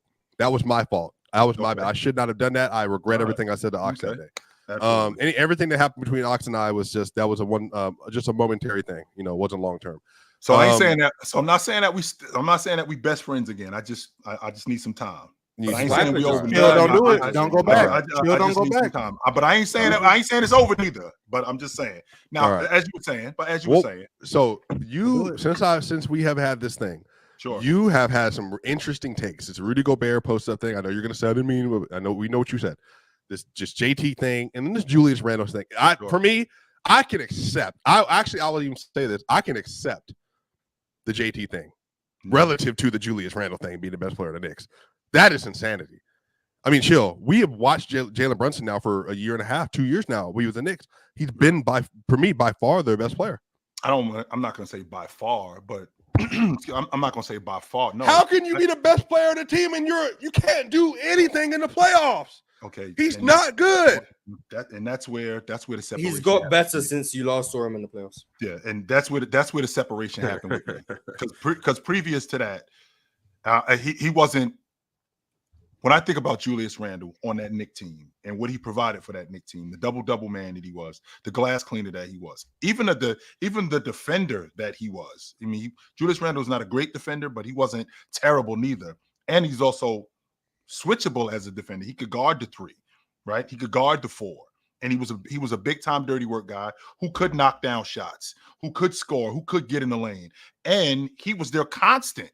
Right before last season, Julius Randle stayed healthy. Not only did Julius Randle stay healthy, he produced. It just so happened that when we got to the postseason, it went the other way. And Jalen Brunson, I thought that it was I didn't think that it was a fluke. I thought that Julius Randle would get better, and he didn't. And that's why Jalen Brunson surpassed him for me. Because up until that point, I thought it was Julius Randle. Y'all, I'm running a poll right now. Who's the best player on the Knicks? Julius Randle has 8% of the votes. Jalen Brunson has 85% of the votes. And if you're wondering where the other 7% went, it's Mikal Bridges. So I got to ask you guys, does Mikal Bridges have a horse in this race? No. Yeah, he might be the second best player on that team next year. That's who I voted for. Second best player. Me too, but no. What's wrong with Open Gym? Crazy. What? Chill. Do you think Julius Randle would work with JT? We're working with the Celtics. Say they had JB. I think he'll work in Charlotte. Would he work with the Celtics? I think that he would have to. I think he'd have to sacrifice some of his game in order to do that. I do, and the reason why I feel like that is because as wide open as the Celtics play, him getting to the long ball line, he can't fall in love with that, right? Because that's not his game. So him being able to handle and him being able to pass, because if we remember last season, there was a stretch where he was their best distributor, right? He was their most productive distributor during that stretch. But with that being said, the way the Celtics play, he might get wrapped up in how they play at the long ball line and how wide open they play. But I also think that it would help his game also how wide open they play, because he'd be able to get to the rim a lot more. Not only would he be able to get to the rim a lot more, he'd be able to play in the mid post and in the mid range a lot more. So I do think that it would help in that way. The problem is him falling in love with the long ball and them being at the long ball line. I think that's. And I also don't appreciate the chat calling Ox a concubine and Bathsheba and Abigail. Nobody called me a concubine. You introducing new words to the chat. Look in the chat. Nobody said that. So look in the chat. Oh, no, actually, somebody did call you a concubine. Yeah, that's what I'm saying. People calling you a concubine and whatnot, and a mistress. Yeah, but that's because the way you said that. Why you like? I'm they called you that first of all. No. I'm talking about because Swiper said what he said when he said in chill, like, that was a moment of weakness. Like, but first of all, respect me. I'm sitting right here. Second of all, you could have worded that a little different. You know what I'm saying? No, you know why? You know why I couldn't have worded it a little better? Because you, as the host, by the way, 10 out of 10, great job yesterday. You, as a host, allowed for a fully erect Klay Thompson to pass by, and nothing was said. Nothing was said or done about that. Was I supposed to interrupt him? Was I supposed to interrupt him in the middle of his round? Like, whoa, hey, yo, pause. No, I didn't say that. I didn't say that. Me personally. I would have let him keep going. Hey, yo. Whoa. I dug that battle yesterday between you and ZZ. I thought ZZ, Mars, you opened the door for him during the 84 and 03 draft. Mars, you opened the door for him. And I don't understand why he didn't walk right through it. If he went the Space Jam Jordan shoes route, I was like, there was a whole time, there was a whole section where you could have just talked about Jay, just like Mars talked about James. In addition to his argument about the 92 Dream Team, that would have been perfect. Yeah. But he kind of got off of that and started talking about players and how good these players were instead of sticking with the impact. I would have went right to what you went to when you talked about James. I would have went right to that with Jordan. Right to that. I'm sure at the time, at least 40%, and this is a modest number, I think. At least 40% of the chat had a pair of J's on their feet while that was going on. Right. You know, exactly. I know I did. You know what I'm saying? So I'm like, yo, you should have rolled with that, ZZ. I don't think he was experienced enough with that. But also, it's thinking when you're in it, it's you miss things, and so we picked up on that on the outside. But I mean, in the Mars, you know, I had to correct myself about the Magic thing in the third segment because you know sometimes when you're talking, you like. Or just whatever, then I had to, even on the other end, once my minute and 30 was up, and then once he went, then I had to correct it, and it almost cost me. Like, so, yeah, it's just, you know, especially when you're talking about stuff, I'm not gonna lie to you, I don't really care about any of those three subjects we talked about yesterday. Like, personally, for me, like, I'm not, you know, the bad boys in 04, like, I think you can make an argument from 04 as well. Like, you know, I don't really care about that. The 2011 and 95 season, and then the first one was Chuck and Malone. They're in the same tier for me. It just, you know, apples, oranges, you know, whichever one you prefer. Chuck had a better peak for me. The more important peak, at least. The way I would have stayed on defense for every single one of those rounds if I was arguing for number 32. I know. You're not gonna win a poll with number 32 involved. I'm sorry. Like, you just not. Like, I abstained from voting. I'm not voting. So you wouldn't even touch the poll, Mars? Hell no. I'm not, because I actually think Gifted won that round. I'm not voting for number 32. So yeah, but the poll but he ends up losing in a landslide, and I do believe that the reason Gifted lost that round in a landslide is because the option was number 32. So, well, I do want to say shout out to everybody that be touching the poll. Matter of fact, it's a poll up right now. Go slide on that poll. Let us know how you feel. Do your thing. Let me get back to these super chats though. Wizardo has been a member for 6 months. He said, "Is Steph the most disrespectful shooter in NBA history?" Disrespectful? Absolutely. I mean, there are some that were like around in the 90s and all that were giving people the business too. But I give you that. In terms of a disrespectful shooter, I don't know if y'all are really thinking about what he meant by asking that question. Stephen Curry is by far the most. I think outside of that, from what I've heard in stories, maybe Larry Bird was Pistol Pete was like that. All the stories that we used to hear about him, like. But Steph is like the most well-known disrespectful shooter. I don't know. Pistol used to fire on people. But I'm talking about okay. So if you're saying the yapping was there, then okay, cool. Yeah. Mm-hmm. That's what I'm saying. And Steph don't even do the yapping. It's the antics. It's not so much talking. It's the I'm gonna shoot it, turn around, and emo. That's the new one. He usually shoots it, turns around, just jogs down court. He shot it, turned around. Yo, he be doing that little shake shit. I'll be like, bruh. Oh my God, that'd be made. It makes me mad, don't you? Oh my God, yeah. I'm like, my thing is, yo, talk some shit to me. Talk like you shoot that. Talk some shit to me. Don't be running around shake your shoulders, doing all this shit. Like, bro, relax. But the Shaq has them still the most different. Where he shoots it from? Like, why are you shooting that? What's the white boy that played for the Heat, y'all, in the 90s? Chill. Oh, the Heat. Yeah, the white dude, Rex. Rex Chat. Oh, Rex Chat. Yeah, he had a little bit of that too in him. Yeah, he had a little bit of that too in him too. Mm-hmm. I'm telling y'all, so we just got the KD game. Steph gonna give us a 30-piece. I wholeheartedly believe Steph's it's gonna be a game where he makes 8 or 9 threes. In this 7 or 8, yeah. What's the Team USA record for threes in the game? Melo? 8 Melo, yeah, I think 8 or 10. He was 10 or 12. He was 10 or 12 that game. Yeah, I was gonna say Steph's not getting 30 unless he makes double-digit threes. He doesn't go inside the 3-point line. Is that ridiculous to say? But will Steph have enough? It's possible, but will he have enough spot-up opportunities to do that? You know, actually, Marge, who I might think might be more likely to break that record with this team? Devin Booker. Yes. Did you see yesterday? Wide open. That's always been my issue with Booker. Like, that man Booker refuses to shoot more than 6 threes a game, and I don't get it. He's one of the best shooters in the league, and he just won't shoot more than 6. I genuinely. That's his cap, Mars. He's stopping at 6. That's as far as I'm going. He shoots 6 threes, and all of a sudden the 3-point line is just he won't go near it. Nah. Even if I'm 4 for 6, all right, I ain't shooting no more. That's it. I'm good. Like D-Book could easily shoot 8, 9 threes a game. I'm not saying like he should just get up threes for the sake of it.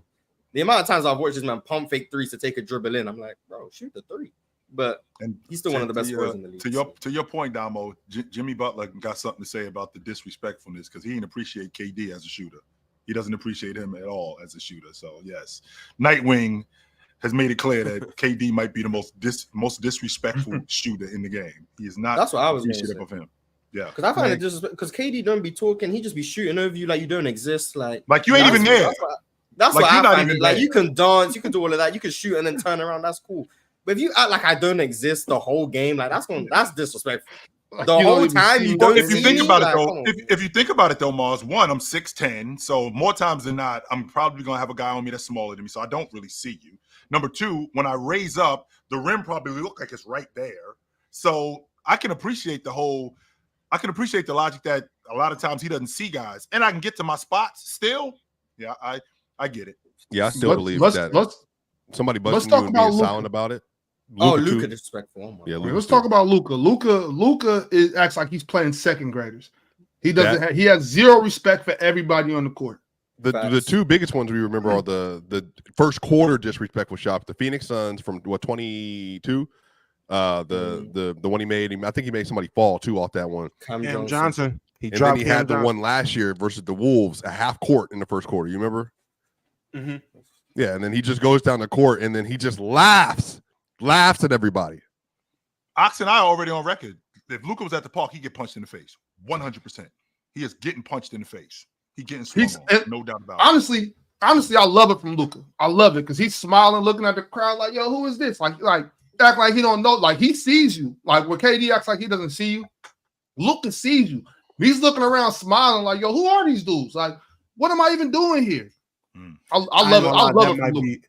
I'm with you, Ox. That might be the most disrespectful stuff because sitting there, we are like at the highest level of basketball, and Luka to be sitting there hit some ridiculous one leg scoop shot from the 3-point line, and look at the crowd, and he thought he was gonna stop me. Nigga, look what you just did. What? What? Who is this guy? Who does he think he stopped? You just hit a spinning turnaround one-legged fader. Oh yeah, easy work. Oh. Or Kobe. Kobe's up there too. Kobe used to hit some ridiculous shit. I think silent scores are worse though. I mean, that's probably still at the top of the board if you're Durant. And then we talked about this a couple months ago, but Jokic too. He don't say nothing. Just boom, boom, boom, score over you. Never say nothing. Yeah, like that's he's just annoying. He just so bad. Yeah, They used to piss me off about Derrick Rose in his heyday. Didn't say a word. They used to bug me when I was younger. I never knew what it was. I realized when I got older. The fact that he would really jump over people, boom it, and just come down and just hit these free throws. Like, man, what? The audacity. Who does he think he is? All right, on to the next. Turn Up a G said, JT not playing isn't that deep, but it's interesting, especially because of how Chill views him. Y'all talk about way less interesting topics. Come on now. Gary Trent, for example. Gary Trent defense was wild. The Gary Trent defense conversation. Defense. Yeah. The Gary Trent defense conversation. Yeah. Hey man, y'all don't talk about my starting shooting guard like that, man. Shout out Gary Trent. But word burritos is crazy though, Dom. Like what? Yeah, word pasta, word salad, word burrito. Just put word in front of any food. It's hilarious. Slitherman said, I hate narratives. R.E. Derek White and Jrue getting PT. They are important for the FIBA game. Elite POA that can move the ball plus make shots when needed without shot hunting plus do the little things that all teams need. Yeah, definitely. I mean, you definitely need guys like that. They're very important. Those are the type of guys that win championships for sure. All right, moving along. MP13 said he was a constant detriment to the offense. That's the only consistent part of his game. I live in NYC, chill. I had to watch the step back threes in isolation. Please get him off the court. Okay. If he were to be gone, which would be wouldn't be a detriment, okay? If he was gone and you replace him with, I don't know, let's just say another dirty work 4-man, and then he goes somewhere else, and y'all don't win, so you'd rather not win or get deep into the playoffs and maybe to the NBA championship with him, because I'm already on record with Ox saying this, that I think he buys into what they're doing next season. I do. I think he buys into what they're doing. I think he sees how much better this team is defensively. I think he sees how the ball moves. And I think that whatever selfishness, quote unquote, that he has, or sulking that he has, I think he gets off that, because I think this is the best team and the most talented team that he's been on. And because of that, I think his game is going to change, especially at this juncture of his career. Hopefully.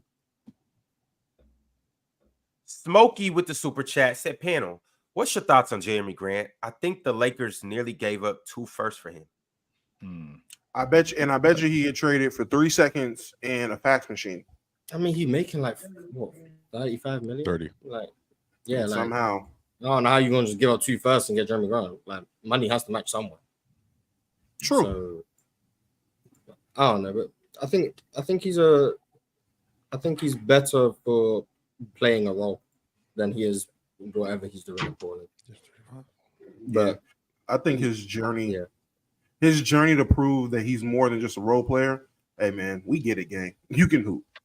Go win some games. Go. I mean, shout out to him. He's getting paid. So yeah, I mean, but I felt like the first time that was the reason he did it. He did it to show that he was worth the money. And then when he got the money, he was like, all right, gang, now let's go somewhere and play basketball. Like get out of Portland, get out of these situations. And he just did it. Well, apparently the first time he did it, he said he went to Detroit because he wanted to play for a black coach and black general manager. He said he wanted to like work for people who looked like him. That was his reasoning. And then he goes to Portland, and then Portland chose to extend him when Dame was already asking out. That was interesting. And now he's making 35 million in Portland. So like he's got a contract that contending teams just can't afford. So he's kind of stuck there. How much worse is he than OG Anunoby? Substantially. Substantially worse? Substantially. Really? Yes, he's worse defensively and worse offensively. I think he might be better offensively, but way worse on the defensive. Definitely way worse on defense, but yeah, he can theoretically create his shot better than OG.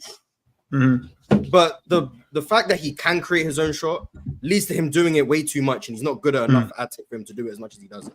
So like he has more offensive ability than OG, but because he has more ability, he ends up, in my opinion, being more of a negative on offense than he has a positive based on his ability. If he just actually played a role, run the floor, shoot spot up threes, occasionally he'll beat someone off a closeout and attack. If he just did that, he'd be better offensively than OG. But because he thinks he can do more than he can, he ends up, in my opinion, being more of a negative. So that's why I say he's worse offensively. But talent-wise, I think he's better. And defensively, if he was like how y'all were saying, if he was more in the system, a team that was more competitive, I think his offense would show a lot better. I agree. But defense, he hasn't been a good defender in like 3 years. Look under there.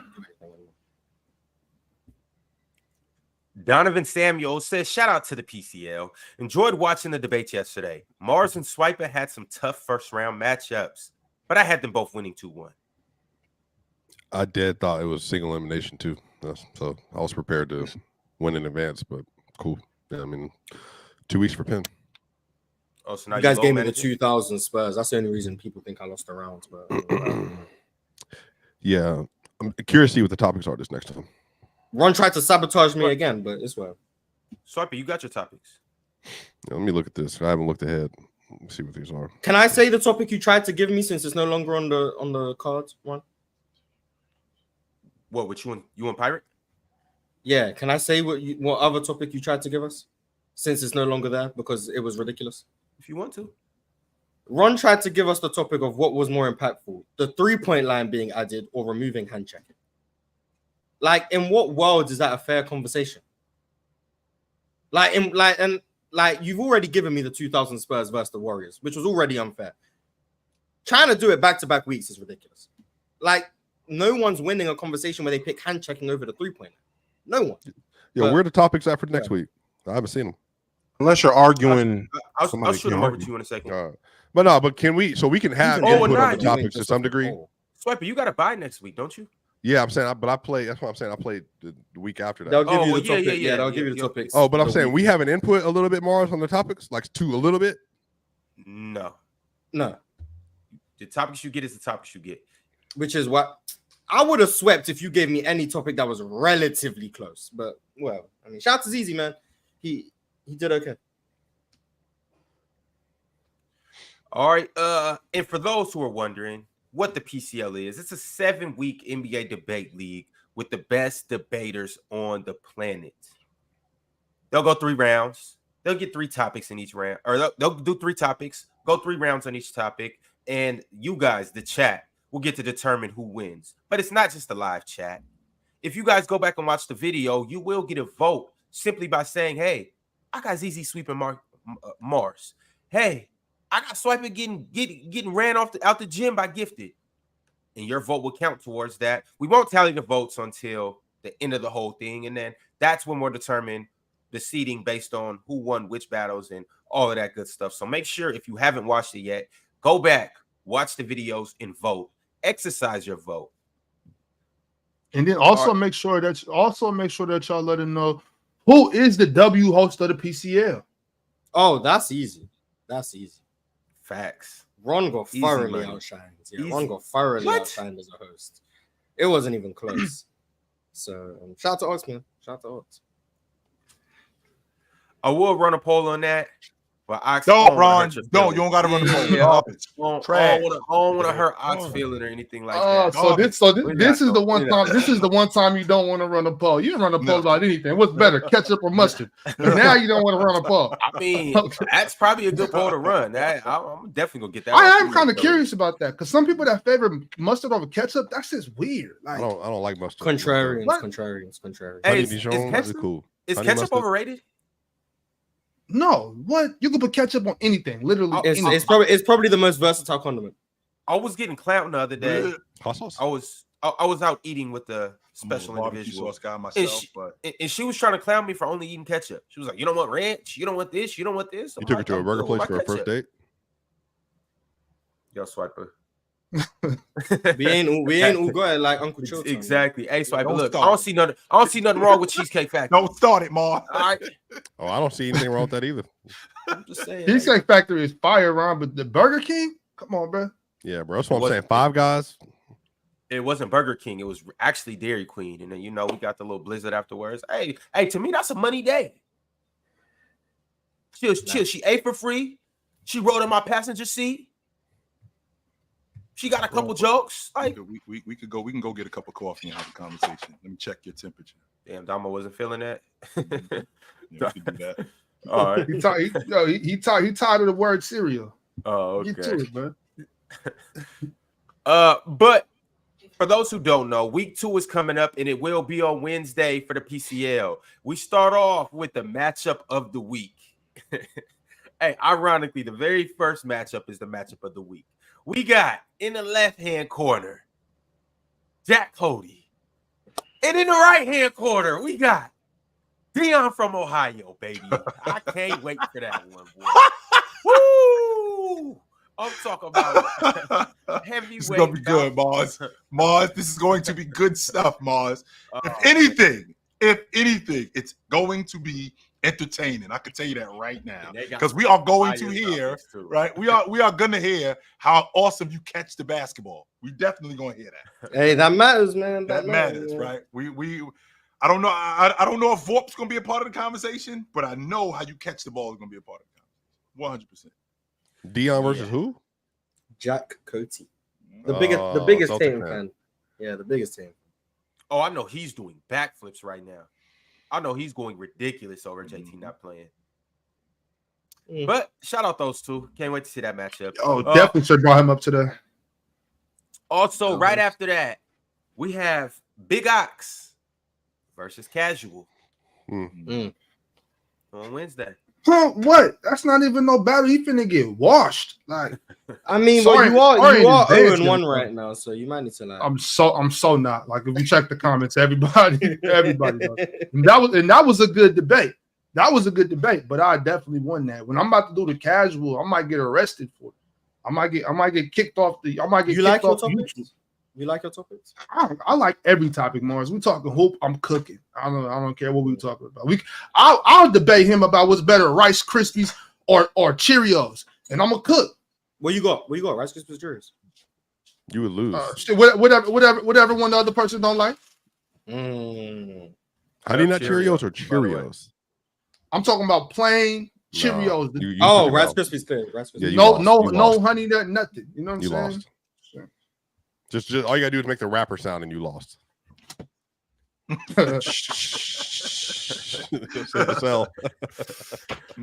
right, and last but not least, on Wednesday, we got Elder Rufus versus OG the Beast. Should be a good one. That's gonna be fire. We got a solid card on Wednesday. You see right here at the bottom, 7:30 p.m. Eastern time. Wednesday, right here on the Players' Choice platform. Y'all be sure to pull up and exercise your votes. Oh, Mars. Stretch again. Oh my God.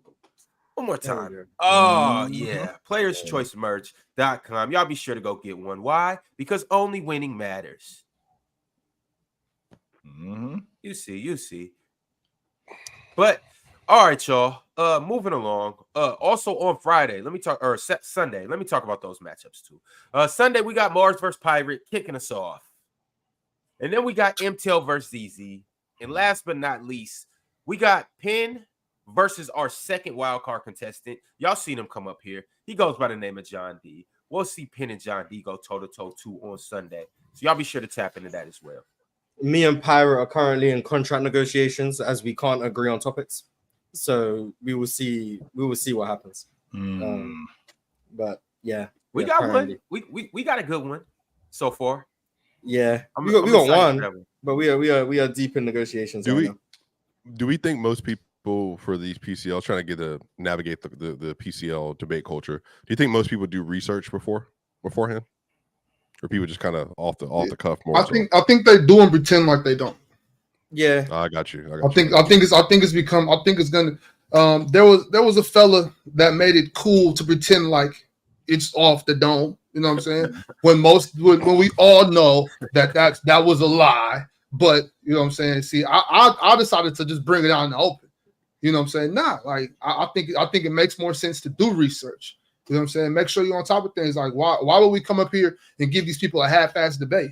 You know what I'm saying? Like get the people what they pay for. You know what I mean? We here to give you a good debate. I'm gonna do some research.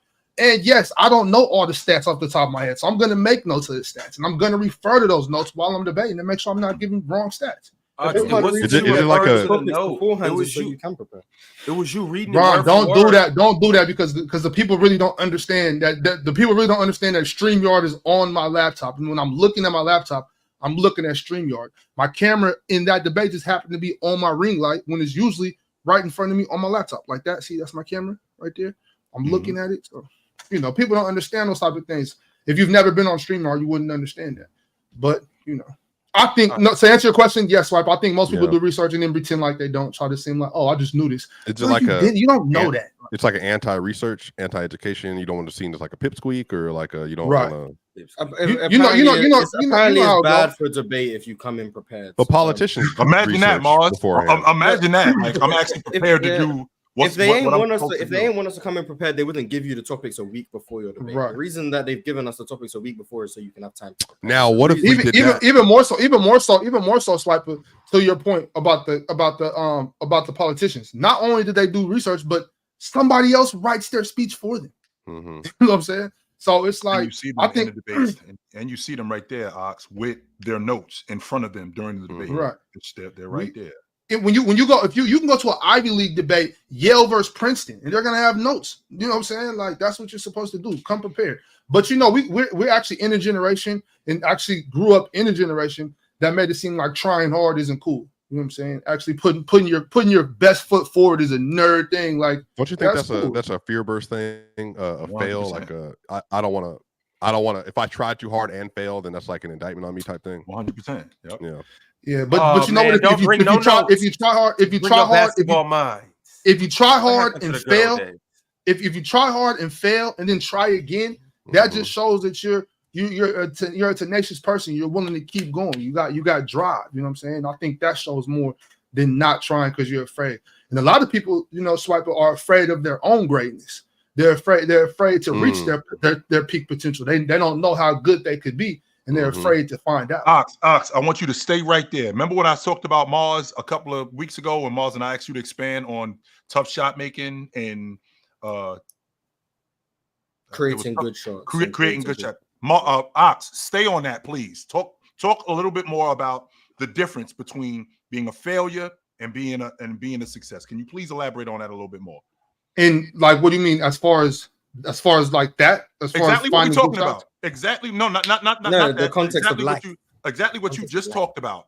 Exactly what you just talked about when you said people are afraid of their own success. Can you go into a little bit more depth on that, please? I mean, I think there's a couple different angles to go with that. I think a lot of people are afraid to find out how good they are because of the responsibility that comes with it, the accountability that comes with it. Once I've shown what I can do, once I've shown who I can be, then not only do the people around me expect me to continue to be great, but I have to know. Now I know how good I can be. So now the next day, if I decide not to be, now I know I'm being lazy. Now it's out in the open now. You know what I'm saying? You've shown who you are, and you got to sustain, maybe not sustain that level of greatness, but sustain that level of trying, sustain that level of grinding. You know what I'm saying? I gotta keep it up. And I think sometimes it's too much for people, like the responsibility and accountability of being your best self. It's a lot of work. You know what I mean? So that's personally how I feel about it. Absolutely. I won't argue that. All right, to your point, Mars. Go ahead, Chill. And to your point, Mars, a lot of the stuff I do know off the top of my dome, but I do homework. Yes, I do. I don't just show up. I am not just showing up in here and telling you that Olajuwon's the only player in NBA history to finish second in Defensive Player of the Year and not make the All-League defensive team. Okay, I went and did some homework on that. I didn't just walk in here and know that off the top of my head. No, I did do some homework on that. So, and I think there's something to being wrong, and I mean this genuinely because I'm the perfect example. Something to being wrong, and then being able to acknowledge that something was flawed in your research process. Mars, namely the MVP stuff from 3 months ago or whenever that stuff was. That stuff happens. I mean, literally, if you read, you research, you talk for a living, like that stuff happens. But you just have to be able to like acknowledge it and realize it's not a mistake in your character if you intentionally miss or unintentionally miss something. It's just you have to constantly be improving your process. And, yes, it is, Swiper. You're a liar. If you said something wrong, you're a liar. You're blatantly lying. Like, wait a minute, hold on. I'm intentionally deceiving you guys up here. That's what I'm doing. I'm sorry if I misspoke. No, I'm lying intentionally. Give me a break. Yeah. But chill. You are a known basketball encyclopedia all around the internet. So if you do research, hey, you know what I'm saying, and sharpen up on your skills, I think everybody could use a little research. You know what I mean? All right, y'all. We got a little bit of beef in the basketball world surrounding Team USA. We got a guy by the name of Jaylen Brown who was left off the Team USA. And then we got a guy by the name of Grant Hill who kind of runs the operations over there. And they had some words to say to each other, and they went back and forth. I'm going to put this on the screen so y'all can see exactly what was said. Grant Hill said the idea that there's a conspiracy theory. I always love a good conspiracy theory, but it was really, truly a basketball decision. Jaylen Brown, on the other hand, clapped back and said, Grant Hill calling me a conspiracy theorist is disappointing. I've been a VP since I was 21 years old. I have a great understanding. Well, first of all, it didn't sound like he called you a conspiracy theorist. He said there's been conspiracy theories about why you didn't make the crew. That's number one. And people run with those theories off the strength that the players that's on the team you being the Finals MVP, you being the Eastern Conference Finals MVP, you guys winning the NBA championship, and the 3 guys that are on your team are on the crew, and you're not on the crew. Of course, there's going to be theories like there's something personal against you. There's your comments about Nike and how you feel about child labor laws and things like that. Of course, there's going to be logic like that. He didn't directly. What I've learned to do, especially in these debate forums, I've learned to not read between the lines, but listen to what you say when you talk. And I don't want to misconstrue. That's why I ask questions. So when I hear Grant Hill say there's been some conspiracy theories, Grant Hill did not say, Jaylen, you've been very much a conspiracy theorist in this, and I understand your point. No, he didn't say that. He's on a broader scale talking about how much other people think the reason why you weren't on this crew was because of conspiracy theories, when in reality, it was a basketball decision. And it's okay if they were wrong to later on say that. We probably should have put you on the crew then. We didn't do it yet, but we probably should have put you on the crew. It's okay to say that you were wrong. But we know, I know how smart Jaylen Brown is. Sure, he's been the vice president of the union and all of that sort of stuff. Yeah, we know how smart you are, but I don't want to misconstrue what people say about you and what you say about other people. No, I don't want to do that. Well, I think them not playing JT is also twofold. One is also they had a clear strategy on what they needed, and they believe role players like Derek and Jrue are more important to their team than players like Jayson Tatum and Jaylen Brown consistently because of what they bring to the table. But on the other side of this, I've also learned, having been on the side of the NBA media now, a lot of these executives truly believe they're the smartest people in every room they walk into. Every room. 100%. So this whole thing about we don't want Jaylen Brown on the team for basketball discourse or for basketball reasons because we don't think he fits quite what we're looking for. That's the same people, Rob Pelinka, that traded Westbrook for KCP and Alex Caruso. That's the same people, Calvin Booth, saying we're going to go completely young. We're going to ditch all the old heads. We don't need no veterans on the roster because we're going to overdo the CBA and get 6 rookie contracts on the roster. That's the same people that used to be with the New York Knicks and with the Nets when they traded for Paul Pierce and Kevin Garnett. They just believe they're outthinking everybody else. But that's the thing. It's like they're wrong a lot. An awful lot. And I think in this instance with JB, I still maintain they were wrong. Like 100%. JB would be able to fold into a role if you asked him to do it the same way Derek and Jrue had. Because you also know who used to be an all-star chill the year prior, Jrue Holiday was an all-star, and then he goes to the Celtics and he's completely fine because these players are mature adults. Go ahead. And if you're looking for better fit, then have tryouts. Don't just pick guys. Okay, I'm going to pick this guy. I'm going to pick this guy. I'm going to pick this guy. Have, like what Kyrie Irving was talking about, let's bring 25, let's bring 30 guys in here, and let's actually have a tryout where we can actually get to see, okay, I think this guy is a better fit. I think this guy, I don't think he fits with what we're trying to do. If that's the logic. If the logic is you're going for fit when you already have your core guys, if you already got LeBron James, you already have Kevin Durant, you already have Steph Curry, now I got to get other pieces to fit, then let's have a tryout. And let's bring other guys in. But don't tell me that if it's about fit when Jaylen Brown, who for all intents and purposes does the same thing that Derek White does.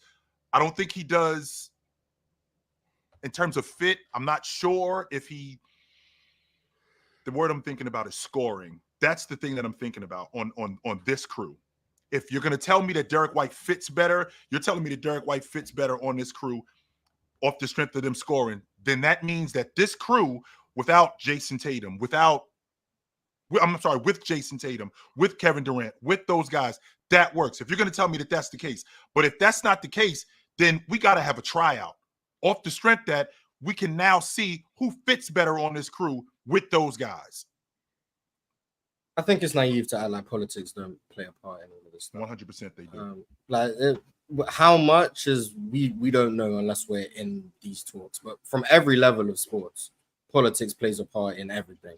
From who you know to your connections to stuff you've done in the past, your relationships with other teams. Like politics is a part of all of this stuff. So do I think Jaylen Brown being left off was entirely a basketball decision? No. But it's the same reason I don't think some of the old guys being picked was entirely a basketball decision. None of it is entirely about basketball once you get to this level of professional sports. Bird wasn't entirely a basketball decision. It wasn't. Yeah. So like Jaylen Brown, I think Jaylen Brown is entitled to feel as if he got slighted or he got left off for non-basketball reasons, because the reality of it is he probably did get left off for reasons beyond basketball. Now, was it entirely non-basketball reasons? I don't know, but I'm almost certain some of it had to do with some of the things he said in the past, and some of it might be about some relationships he has or whatever the case. But I think it's naive to act as if it's not political. Was Colin Kaepernick and Eric Reed, were they purely football decisions why they didn't make NFL rosters consistently? No, that wasn't. Right. That's what they said. No, but that's what they said though. That's what they have to say. Swipe, you know how it goes. But that's why the whole thing, like what Grant Hill said. Grant Hill said it that way so that he could have an outlook. Or maybe he wants to go back and say, "Oh, I wasn't talking about Jaylen Brown." We know what you're saying, Grant. You know what I'm saying? Like you can pretend, but that's what I'm saying. Like I would respect it more, Grant, if you just came out and said what you were saying. Like, they can't do that though. Yeah, I know, right. I understand that, but I'm just saying, like, if that's the case, then just don't say anything. You know what I'm saying? Just keep your decision has been made. You know what I'm saying? You guys are the authority in this situation. You made the decision. Why keep talking about it? If you can't come out and just say what you want to say, or if you're not willing to come out and say what you're trying to say, then don't say nothing. Now we just sound like some teenage girls gossiping around school. You know what I'm saying? Just let it go. The Olympics are started. Jaylen Brown's not coming. It's out. It's over. Let's get on with the basketball. Unfortunately, we live in a time where, like to Moses' point, politics do matter, and I do have to say something, and I got to be politically correct in what I say. I can't come on TV and say the reason why Jaylen Brown isn't on this crew is because of his views on Nike. We're going into the Olympics, and we don't want to be viewed in a certain way. And on top of that, I don't think that he fits on our team. I can't say that, even though that's probably true. I can't say that, but what I can say is I think that we were in a better position with the crew that we have right now in terms of fit, because it's broad and it kind of leaves up for interpretation, as opposed to, we ain't want Jaylen Brown on the crew because internationally he was going to cause a problem.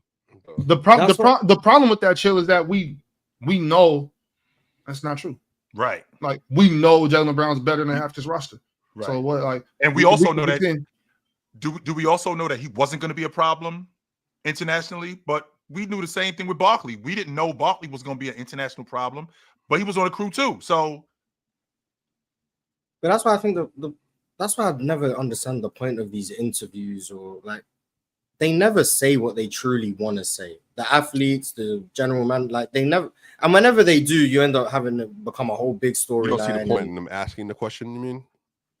Yeah, because like, what's the point of asking a certain player about a certain news thing when you know he's not going to throw his teammate under the bus, or you know he's not going to do this? Media has to. You know he's going to get, because they're all media trained. So like, you know they're not going to give you the answer you want. So you end up wasting your time with the question. Like, I've never understood, like, these athletes or these people in power on these sports teams never tell the truth.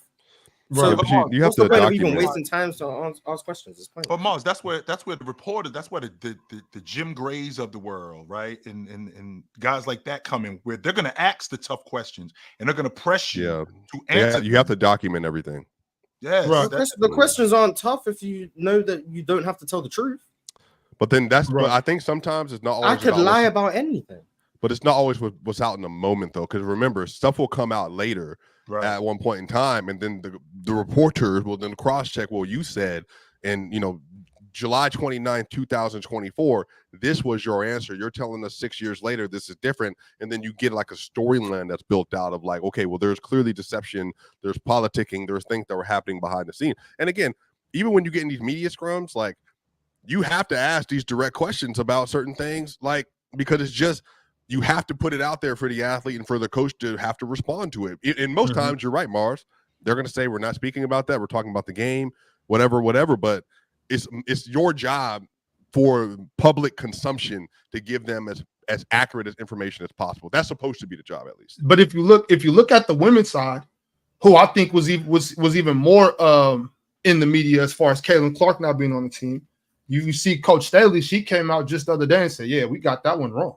Mm-hmm. Coach Staley came out and said, "Yeah, if we went back to the table right now," she basically said Caitlin's on the squad. You know what I mean? We screwed the pooch on that one. You know what I mean? So that's a little different though, and because Jaylen Brown's been in the league for however many years. We've seen Jaylen Brown, and we know who he is, and we just seen him perform the best on the highest stage. Sure. Caitlin Clark, on the other hand, they only got like a month sample of her. Sure. So they didn't know that she was gonna continue to improve, and this kind of on a Wemby type of scale. Like they didn't know in month 3 she was gonna be that much better than in month 1. We seen her just come in the league. She struggled. She couldn't really deal with the physicality. She was transitioning. So it was just. I'm not saying that makes it right, but we just didn't know that Caitlin Clark was gonna get. Well, I think at the time, would you agree, Ron, that at the time when they were considering Caitlin Clark, they were mostly considering the things that were not on the court, the amount of publicity, the scrutiny, the questioning, and then the other side of that, because if Celtics fans think what happened to JT was bad, imagine if Caitlin Clark got 0 minutes in game 1. It would have been the entire conversation. The whole scrum would have been about, Caitlin Clark didn't get any time today. Did you feel like she wasn't ready? Do you have plans to implement her next game? And they would ask Caitlin, how do you feel about that? And Caitlin had to be political in her answer. So they were avoiding all that stuff. Because my thing with Caitlin, like I disagree on. I don't think she's gotten much better. I think the game is a little different. I think the team has gelled together better. I think they've learned each other better. I don't think Caitlin's gotten better per se. I think she was already this player. That was only a month ago when they made the decision for the women's team. I think it's much more like what you said, like off the not as much an on the court thing. As far as they didn't want to piss any other women off, things like that. But that's what I was saying originally. Like as far as what they're doing with the media as pushing Caitlin Clark, I would have put her on the team anyway. Took her to France, gave her 10, 12 minutes. You know what I'm saying? Some games she's hitting, let her play more. Some games play less. But I definitely would have went out there and put her on the court. Let the world see the golden goose. You know what I'm saying? That was just the angle I would have took. But whatever. I think Coach Staley coming out and saying like, yeah, we for sure should. But at that point, Diana's been on the team since 2004 or whatever else it is. Yeah, she's also another one. Like she's not been better than Caitlin this year. But she's not better than Caitlin anymore. But they're not going to take her off the team. Like she's legacy, and she's arguably the best player ever. Yo, this chick is 42 years old. Right. She's not coming off that team. If you can get a 6th gold medal, go get a 6th gold medal. Right. Facts. I mean, it's for her. As far as Diana Taurasi, like, yeah, go play. Definitely. As far as the Olympic Committee goes, and this goes even to my point when I was talking about the men, the women are going to win. Yeah. They're coming back with the gold. So that's why it's kind of like, yeah, Diana, okay, you can play. But I probably, that's just me. I would have put Caitlin on the team from the first get-go anyway, and it's not, and I'm not saying, fine, that's fine. But and I'm not saying she's a top 12 player in the WNBA because I think y'all all know I don't think she is. But I just would, I probably would have done it because it's not both of these teams we see. It's not about on the court because Jaylen Brown would be on the court on the team if that was the case. And also, just to close that out, on the media side for the NBA, politics, period, media, NBA, there's so much politicking on behalf of the writers and like the people in the scrum. Like there's so much pressure on them to not ask certain questions and to not do parts of their job that directly are related to their salary and stuff that's constantly like being pushed at them or DMs being sent and all that kind of stuff. So when you do get real questions asked, that usually is a real player. Like that's a real player in media asking questions. And it takes a lot for some people to be able to get there because especially when it comes to social issues, which makes me crazy too, Swiper. So journalists can't even be journalists. Like, yeah, that's what I mean. All of it's pointless. If they can't ask the questions they want to ask, and the players aren't going to answer the questions honestly, at the end of the what are we doing? You get the control in that. Okay, Swiper, you can only ask me about this. You can only ask me about that. I'm not going to talk about this. I'm not going to talk about that. Well, at what point are we going to get some honest answers about one, who you really are, and two, what your game is really about, how you actually see the game. Conglomerates control in large part how much access the public has because they don't want to put themselves or people affiliated with them in a tough scenario where they might look unprepared or look worse than what they are. And so literally PR will come to you and say, this is what's on the table. This is what's not on the table. And if you don't like that, then you either have two things. You put risk to the fact you're going to lose your credentials or you don't enter the room. Yeah. That's the pressure. That's just how it works. But again, you get to a certain point though, like you become one of these like dogs, like these Abby Phillips and all them with CNN and everything else, and some of these you can do it. Then you ask whatever you want. Because my salary is not contingent on you telling me, like, threatening me with like whatever, you know. But if I just got the job, I only been on for like 2 or 3 years, and I'm really trying to establish myself. I got to be real careful how I talk to LeBron James, or how I talk to Jayson Tatum, or how I talk to Patrick Mahomes, somebody like that, because you're making $40,000 a year, Chill. Yeah, see, and I got to be real careful about that sort of stuff, because in addition to losing my credentials, I mean, in addition to losing my job and losing my credentials, I could be ousted where nobody's ever going to give me a job again. Even though this is exactly what journalism is about. Getting the story, getting the truth, the actual truth. And if I have to be concerned about what I can ask or what I can't ask Kevin Durant, what I can and can't ask Joel Embiid, I don't know if that job is for me, because I'm going to want to know. I mean, there's a reason why Jordan in 1993, when the gambling allegations came about, I'm only talking to Amar Rashad. I ain't talking to nobody else. And why? Because he knew what questions he was going to ask. He knew that the narrative was going to be controlled. He knew that, as opposed to Jim Gray was going to grill him. And he didn't want that. No, he did not want that. Well, fellas, that's why over here at Players Choice, we do things a little differently. That's why y'all love us, because we keep it real, we keep it authentic, and we are 100% going to tell what's the truth and how we feel about that. So shout out to Players Choice. A little pat on the back right there. You guys make sure you like the video. Make sure you subscribe. And one more time, I want to shout out our Hall of Famers, because they really hold things down on the back end. I got Multi Kenny, our newest Hall of Famer. Shout out to Multi, Cobra Son of Raditz, Dorian Clayton, and Kendall Daniels. Salute to you guys. I got a couple more super chats. So shout out to the people that sent money through today. Fanatics said, whose back-to-back title runs were better, Hakeem or Kobe? Large one. Hakeem. Yeah, I find the Rockets runs more impressive. Large one. All right. And shout out Fanatic. He became a member today. Shout out at the Buzzer Sports as well. Became a member too. Big ups to them. Mars, we actually, since we're on the subject of getting it correct, Big Ox and I, we went back and changed that list. The blind react that you saw. Big Ox and I went back and we actually went over it again on Chill with Chill on Saturday. Come check us out, 12 o'clock Eastern. So it was good. In fact, y'all, I got it right here. If you want me to share it from top Do you bottom. have it, Ox? I got it. I keep. Oh, you want me to share it, Ron? Absolutely. Yeah. Can you share it on this? Yeah. Do that. W host. Okay. We went back and changed it, and because I had a difficult time with some of the stuff that I had. As soon as I saw KG at the bottom of the list, I told man. Hey, I don't know if you've seen the first one I did. I ended up with 2018 Bron at 10th because that was the last spot available. I'm like, you got to be kidding me! Like, the people got mad at me. I was like, of course. It was the last spot. Like, I had nowhere else to go. He literally came up last. Right. I had nowhere else to play. I got 2004 Kevin Garnett at 10. I'm like, get this off my screen. This is terrible. Hell no. Yeah, I had to rectify that. No. You sharing it, Bob? I'll put it up. You gotta share it. I don't got the controls. All right, here we go. So on our left side, that was the original blonde list, and then on the right side is the new list from top to bottom. I'm still putting Shaq over LeBron, but now here's my theory on that. Yeah, me too. Here's my theory on that, and I understand where you're at with Shaq. Shaq in 2000 was awesome, right? Shaq in 2000 was awesome.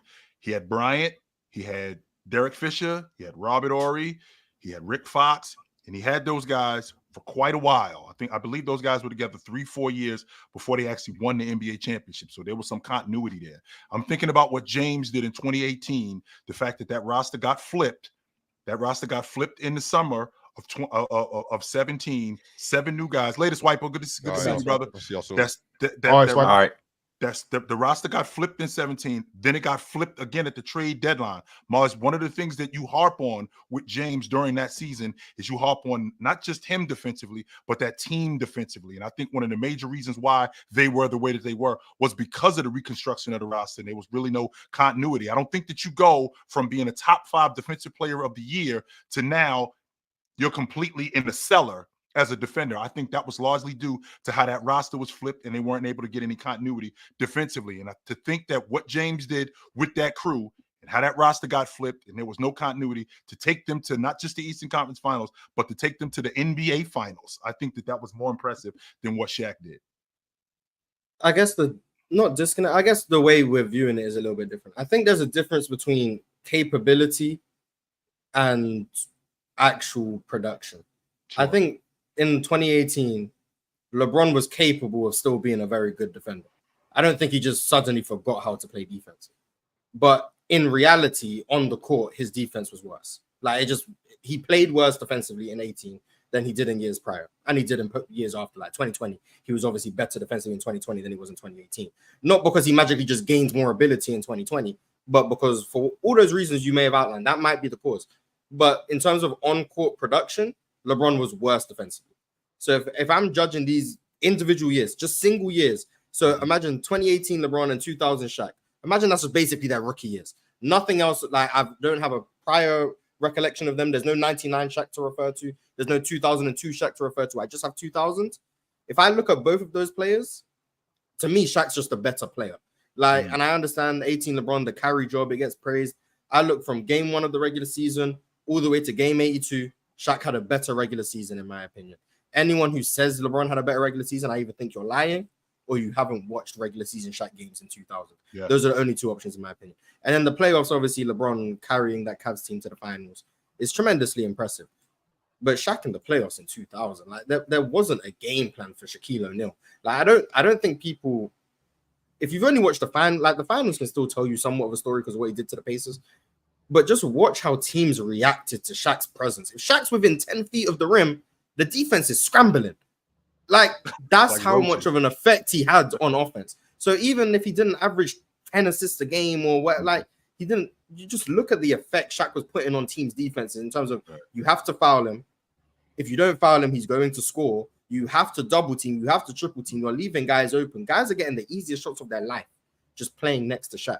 So even though he's not the one physically passing you the ball, he's getting you easy looks. So he might have been the best offensive player in the league and like one of the 5 best defenders in the league in 2000.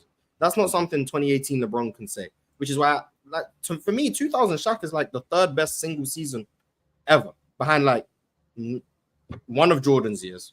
Jordan might have a couple years back, and like 2013 LeBron. Like those are the only guys I would say I think were better than 2000 Shaq as a standalone season. Now as an overall player, obviously LeBron's better, but single seasons, I think Shaq is like, you're not finding anything better.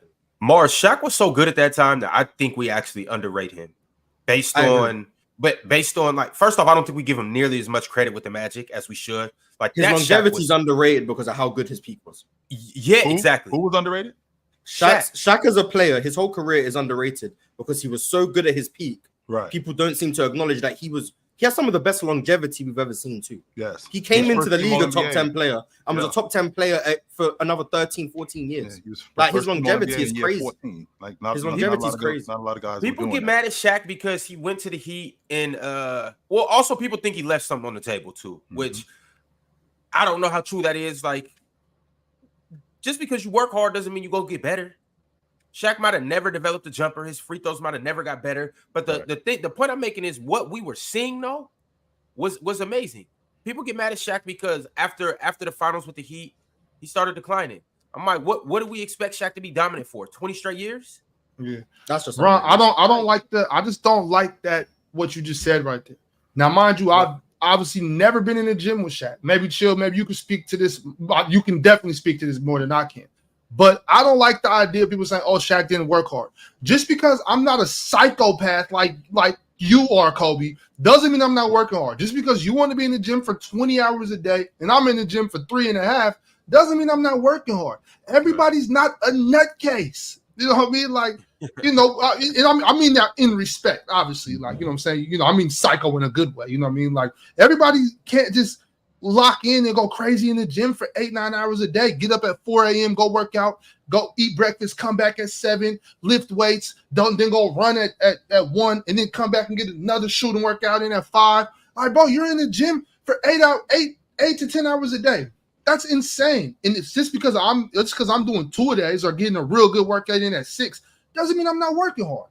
Which he was doing that, by the way. Like he'll go in early and then he would come back later on that night and do the same thing. But to Mars's point, when you just talked about James not being as good a defender, like I talked about with the team that they had, right? And they're not getting acclimated to new guys, but I still was able to do my job. One of the points that I brought up statistically, was, James he had more steals and more blocks than both Jimmy Butler and Draymond Green did that season.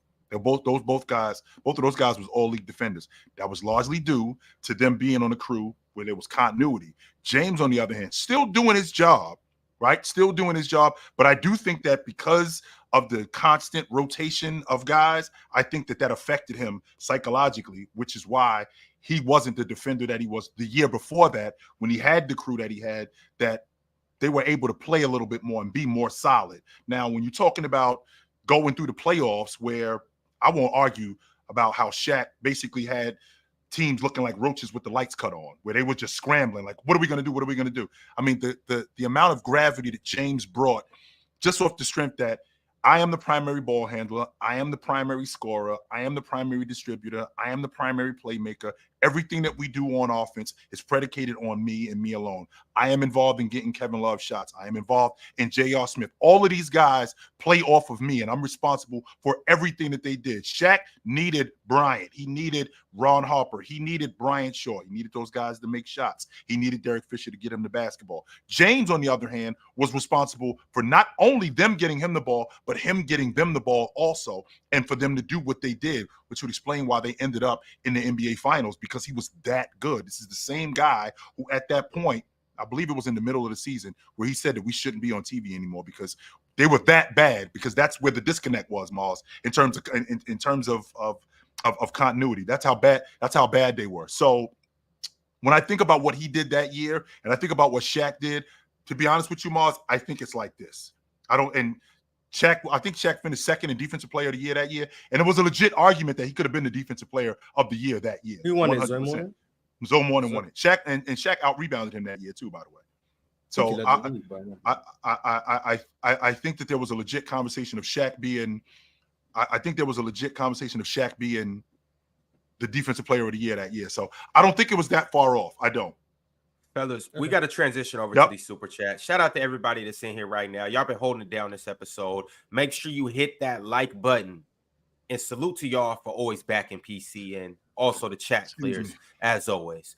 V Rose said best players all time by jersey numbers 0 through 9. Let's talk about double zero count. Does double zero count? Yeah. Yep. Let's throw double zero in there. Was that Greg Ostertag? 00, so 0 to 9. Okay, Penny Hardaway wore number 1. So did T-Mac. Tracy McGrady wore number 1. Russell Westbrook's the best number 0, right? Yeah, we don't even got to talk about that. Can we name down all the other zeros?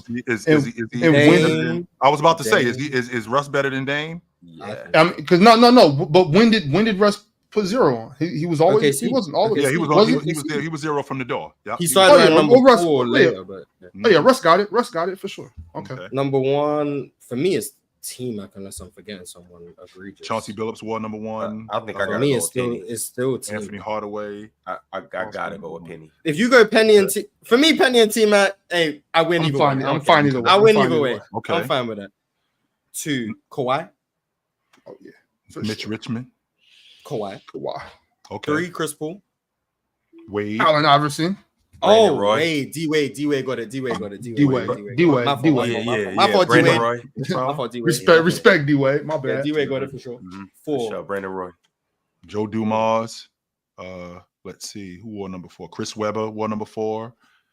Like I said, Joe Dumars wore number 4. Chris Webber wore number 4. Mike Finley. He went number 4. Shout out Mike Finley, but yes, Mike Finley did win number 4. Shout out Mike Finley, but this ain't really a Mike Finley combo. C-Web. We're forgetting somebody. We gotta be. There's gotta be someone like such a dope number. Crazy. Who are we forgetting that wore number 4?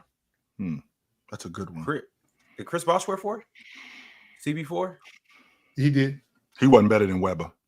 Not better than Webber. Is that what you're implying, Ron? Are you implying that Chris Bosh?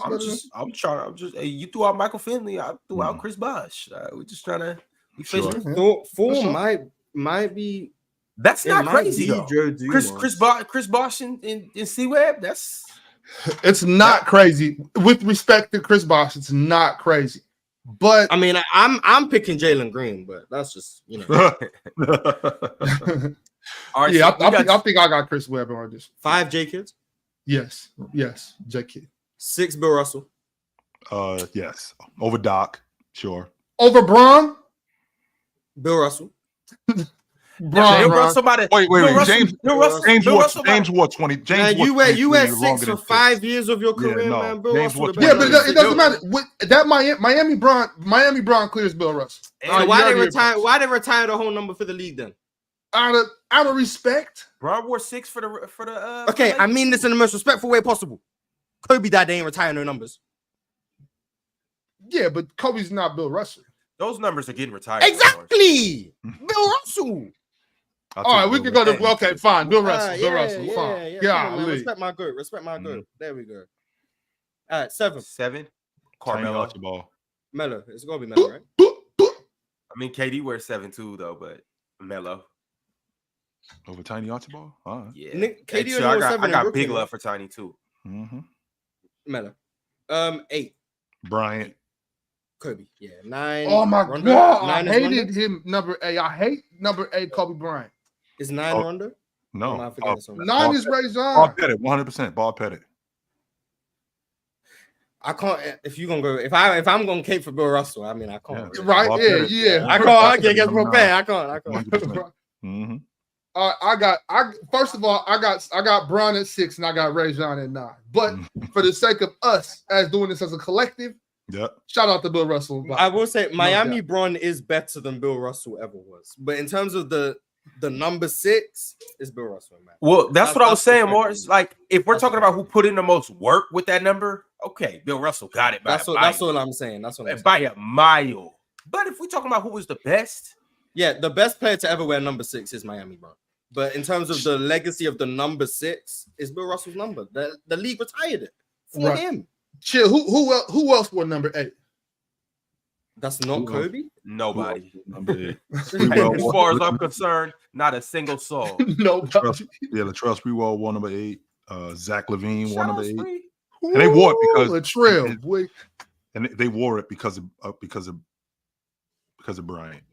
Latrell I don't think Latrell wore it because of Bryant. No way. He got number 8 first. He wasn't number 8 in Golden State. He wore number 8 with the Knicks. And yeah, but not because of Kobe. Michael Beasley wore number 8. I think that was because of Bryant, to be honest with you. And he played better in it, man. Michael Beasley, my pick. I think Kobe got 8 locked down. I just wanted to put that out there. Yeah. Kobe got it, but shout out to Latrell. I do too. All right, I got a blank super chat from Western 742, but shout out to Western 742.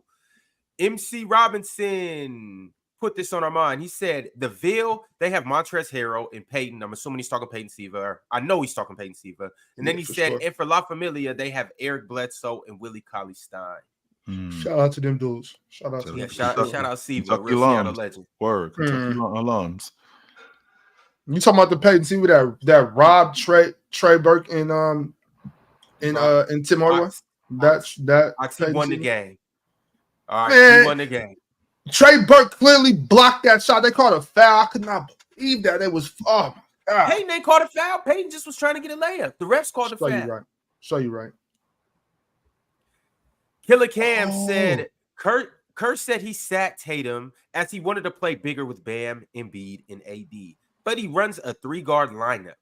So they be lying. I don't get why you like they be lying. Stop lying. Stop lying. I'm not lying. Just stop asking questions. Hey, real quick, I know we're past this, and I hate to go back. And J Kid still got it, but respect KG. Oh, my thing with J Kid was the similar body of work. Right. Because KG 21 to me. KG's 21. Yeah, for sure. Yeah, I'm with that. The best 21 by far. 21 is ticket. KG is 5. Facts. Yeah. The best 21, KG. Yeah. Dame the Great said Mars' accent carried him to 49%. LOL. Criminal. Man, you guys gave me an unwinnable topic and I managed to get to 49%. I should have, man, I think I made better points, but whatever, man. You're not beating the 17 Warriors. Facts. They're cooking us in their shot right now. I think we forgot Tim Duncan wore number. Oh, no, I didn't forget. I just said that to annoy people by saying KG was by far the best 21. I know. Yeah. Okay, cool.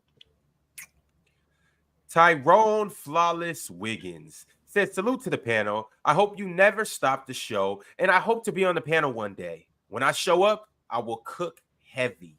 We 100% get off the pill, yo. If you nice, 100%, we will get off the pill and we'll get you involved. If you nice like that. We do not ball hog around here. We don't. Tyrone, my man, either A, become a Hall of Famer, or B, wait for PCL season 2 when you could sign up. You don't gotta be like Mike. You could fill out the applications, and then we'll see what you got going on, and potentially we'll bring you on. But the biggest thing I said, don't be like Mike. Tito El Bandito said, did I miss the Tatum slander? Yeah, cook that bug. 4th player on his team. Yep, you missed it. We started early, brother. All right. A long story short, said only people who didn't see the game think he should have brought in Tatum. USA was losing until KD changed the entire game. Bam was way more valuable. I feel like it was a lose-lose for not Jayson Tatum, but for this conversation. Because I'm assuming KD was going to take Jayson Tatum's spot anyway. But when they were blowing out Serbia, if you play Jayson Tatum only in garbage time, people are going to start complaining that Jayson Tatum's only playing garbage minutes. So, like, what's his option? Don't play him at all or play him in garbage time. Either way, it's going to be just like, oh my God, Steve Kerr, disrespectful. So, I don't know what you want him to do, what you want him to do. But I'm getting to the point where I think Jayson Tatum is becoming underrated. So, shout out to JT, man. I've been quite vocal about my opinions of him, but I'm starting to. I feel like haters have gone so wild that I'm starting to go more towards the other side. It happens, Mars. It's like people that you love, and then now people talk about them, and they start making you hate them when you really don't. But because people talk about him as much as they do, it's like now you see the pimple on his forehead. Now you see the teeth are yellow and stuff like that. Yeah, my thing with it, what upsets me is just like I just want to play. You know what I'm saying? Like I just want to play, and I feel like it's crazy. I wouldn't want to play if we were winning by 20 though, and only play the last 5 minutes when we're up 20. Personally, I wouldn't want to play that. I find that more disrespectful than not bringing me on at all. It depends. It depends. I mean, in at this in Team USA, I'm gonna expect us to be up. You know what I mean? And so it's just kind of like, you know, I'm not in France to watch these dudes play when I feel like I'm just as good as most of them and better than some of them. You know what I'm saying? So that's my only thing. Like, as I gotta figure, like, and on top of that, you know, I gotta assume that JT right now has in the back of his mind a little bit of self-consciousness. You know what I'm saying? Like, man, I didn't get the Finals MVP, Eastern Conference Finals MVP. Now I can't even get on the court against Serbia. You know what I'm saying? Like, you know. So I'm just thinking about it that way. You know what I mean? Like, that's all. Tito El Bandito said, damn, we got Dookie Stain Blanket Damo today. The most passive of all Damos, unfortunately. W Blanket. I definitely thought that when he first popped up, I thought bro had finger waves, and I was like, oh, okay, nah, those is braids. That's the finger waves. Nah, but finger waves when I was a kid. I remember that. Yeah. Yes. I was like, okay, Damo, what's going on here? But then I seen that was definitely braids. Definitely braids. Shout out to braided Damo. Nappy Damo ain't nothing to play with. Y'all gotta watch my open gym. Nappy Damo get to.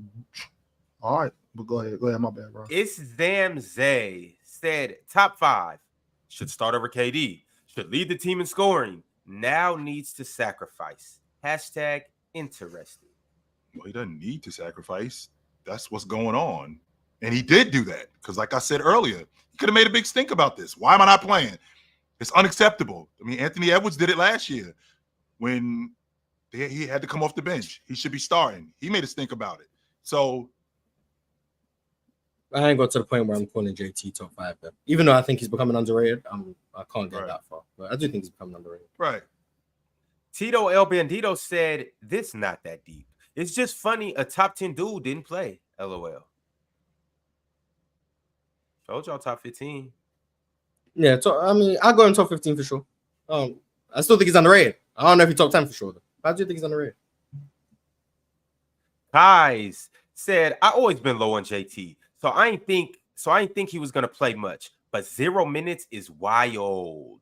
Ron and Chill's Tatum and Hallie agendas looking sad. Dub win though, and better." Hallie just happy to be there. I think he is too. He just vibing. Shout out to Hallie, man. Hallie gonna play some good minutes. It's gonna be a point where he calls up on Hallie. Okay. Goat James said, "Silver Spoon Trust Fund All-Star who didn't play. Boo-hoo. Who cares? Celtics fans meltdown on Twitter just got a reality check. He's not him. Dub Swiper." That's why I say he's underrated. That's why they won the NBA championship. Quiet, Goofy. Quiet. Pipe down, Goofy. Zip it up.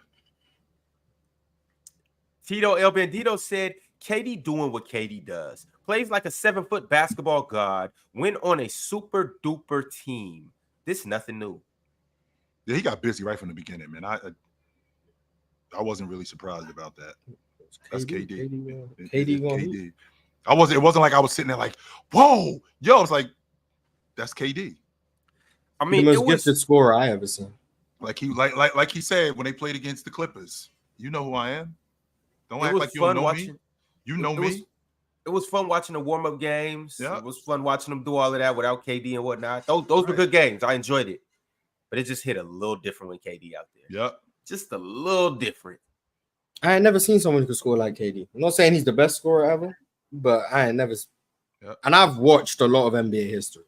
I ain't never seen anything like KD ever. And I don't think we're gonna see anything like KD. That's hard. I think one of the main reasons why we have these guys where we have them is because it's in real time.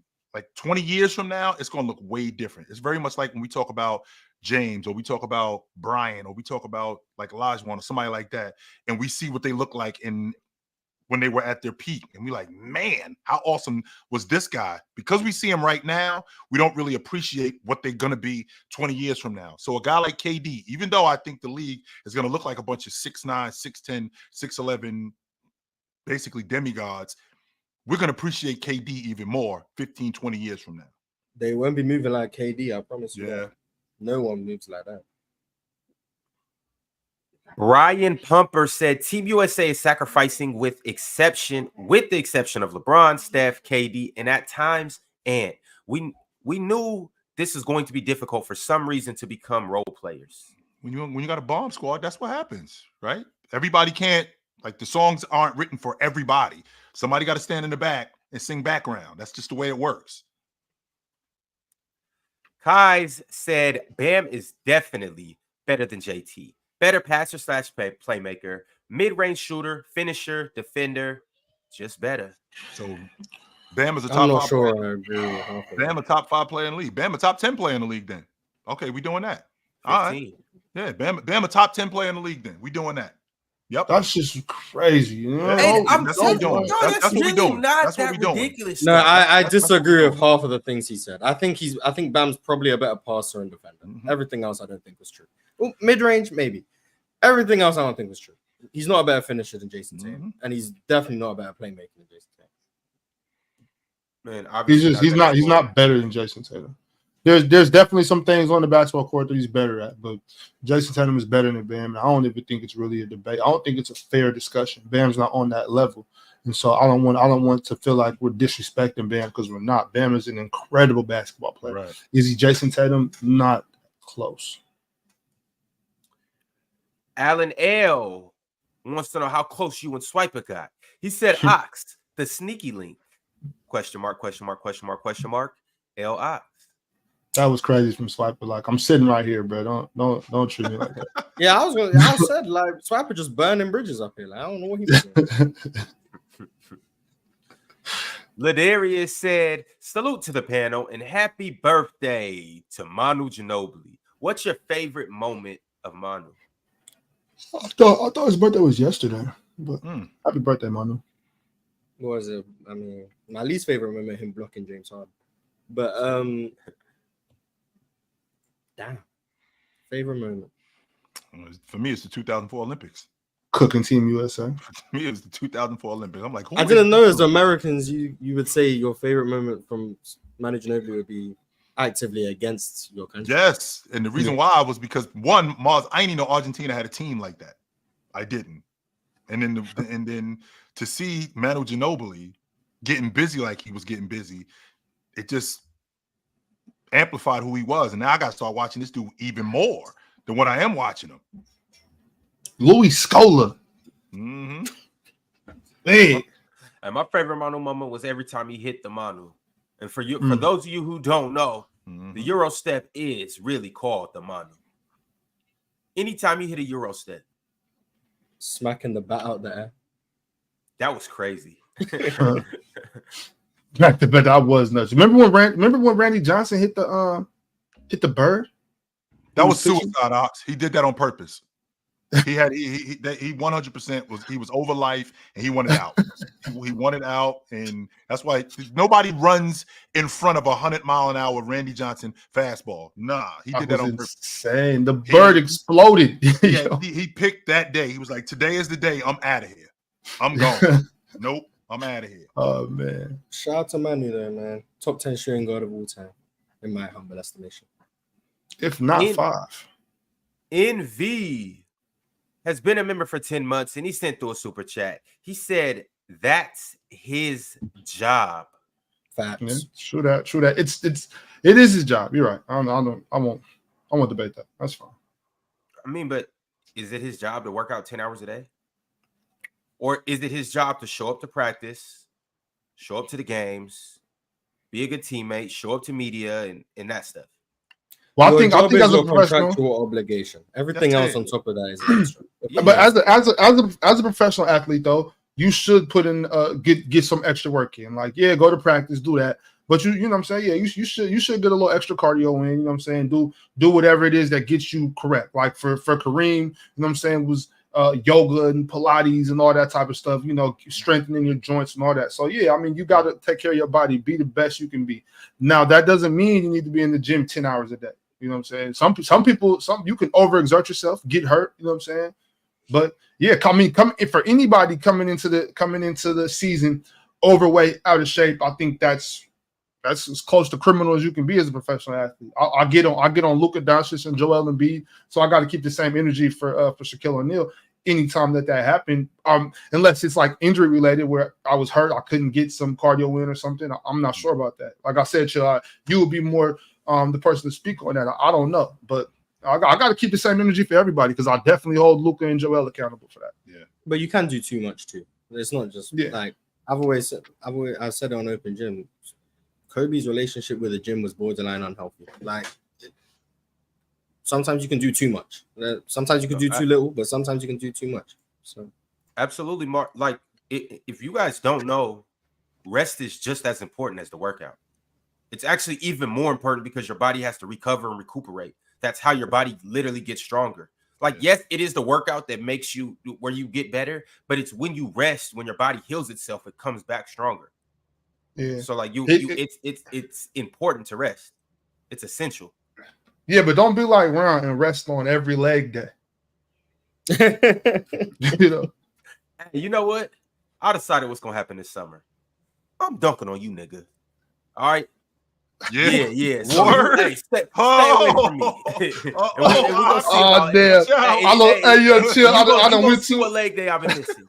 Chill. I don't finally went too far. Yes, I don't finally said too much. God damn. Sound like you're up against it, Ox. Yeah. But by the way, got the dentist appointment. So we playing in the Zeke this weekend, and well, the Zeke, in case you don't know, it's Isaiah Thomas's basketball tournament here in Seattle. Does it every summer. Always brings out NBA players.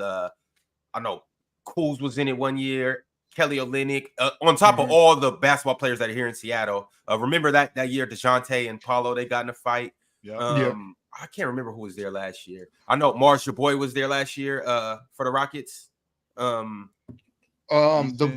big fella was there last year. Stewart. Mm-hmm. The big fella was Stewart. Isaiah Stewart was there last year. Well, I mean, he went to UW, so I expect. He's from New York, but I mean, it wasn't really a surprise me seeing. Shout out to Tari hooping in the Jrue League, by the way. He was getting busy too. Mm-hmm. But I said that to say we play against Isaiah Thomas's team, our second game of the day on Saturday, so that should be fairly interesting because I don't know who he's going to bring and what that's going to look like, but can't wait for that. Mm-hmm. Rome about to go 5 for 17. That's good for Ron Mars.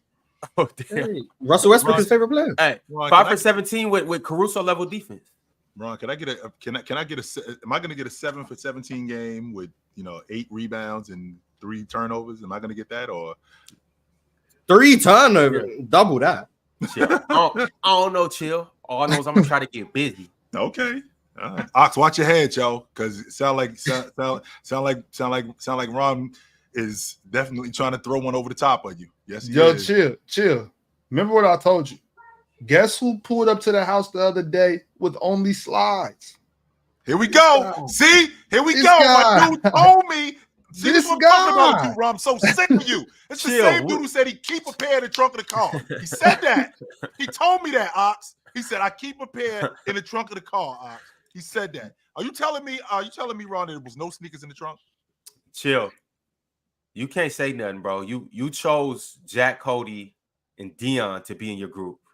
Here we go. Here we go. That's all I'm gonna say. Mars, you know that's a lie. You know it is. I don't know anything, man. Yes, you do. You know that's Mars, the dude that's sending you to the penitentiary for something you didn't do. That's Mars. I don't know anything, man. Mars, that's wow. Mars, you an eyewitness and you're not gonna say nothing?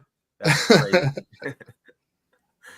All right, so we gotta keep it pushing though. MV sent through a super chat and he said, coming into the season overweight does say he wasn't working hard, Ox. It's not being a psycho when that's your job. Coming into camp overweight. I think both of those things are you can separate those statements.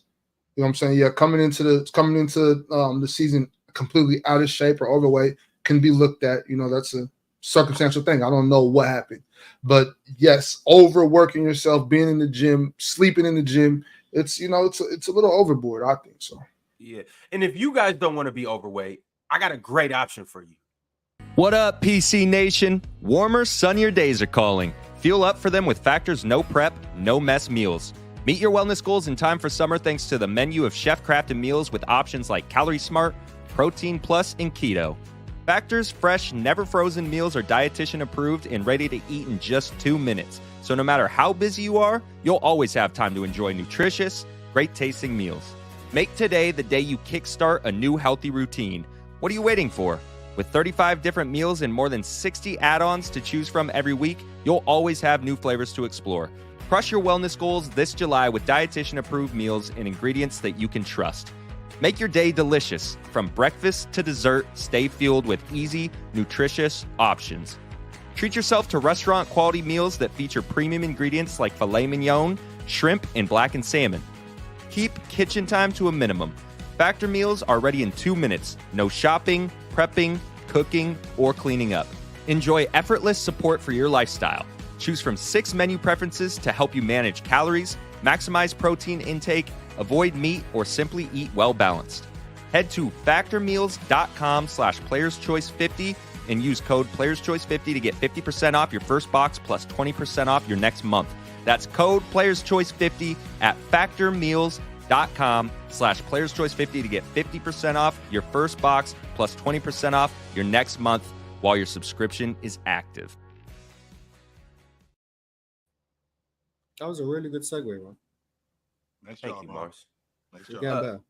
Number 41 said Luka averaged the 3rd most points without free throws ever in NBA history after Wilt and MJ, but Drew Hanlon thinks Embiid is in competition for the best scorer ever. This man just said Luka averages the 3rd most points without a subsection of points. What? Hey, if you take away these points, Luka's 3rd in scoring. Huh? If you take away Steph's threes, he only averages like 14 points a game.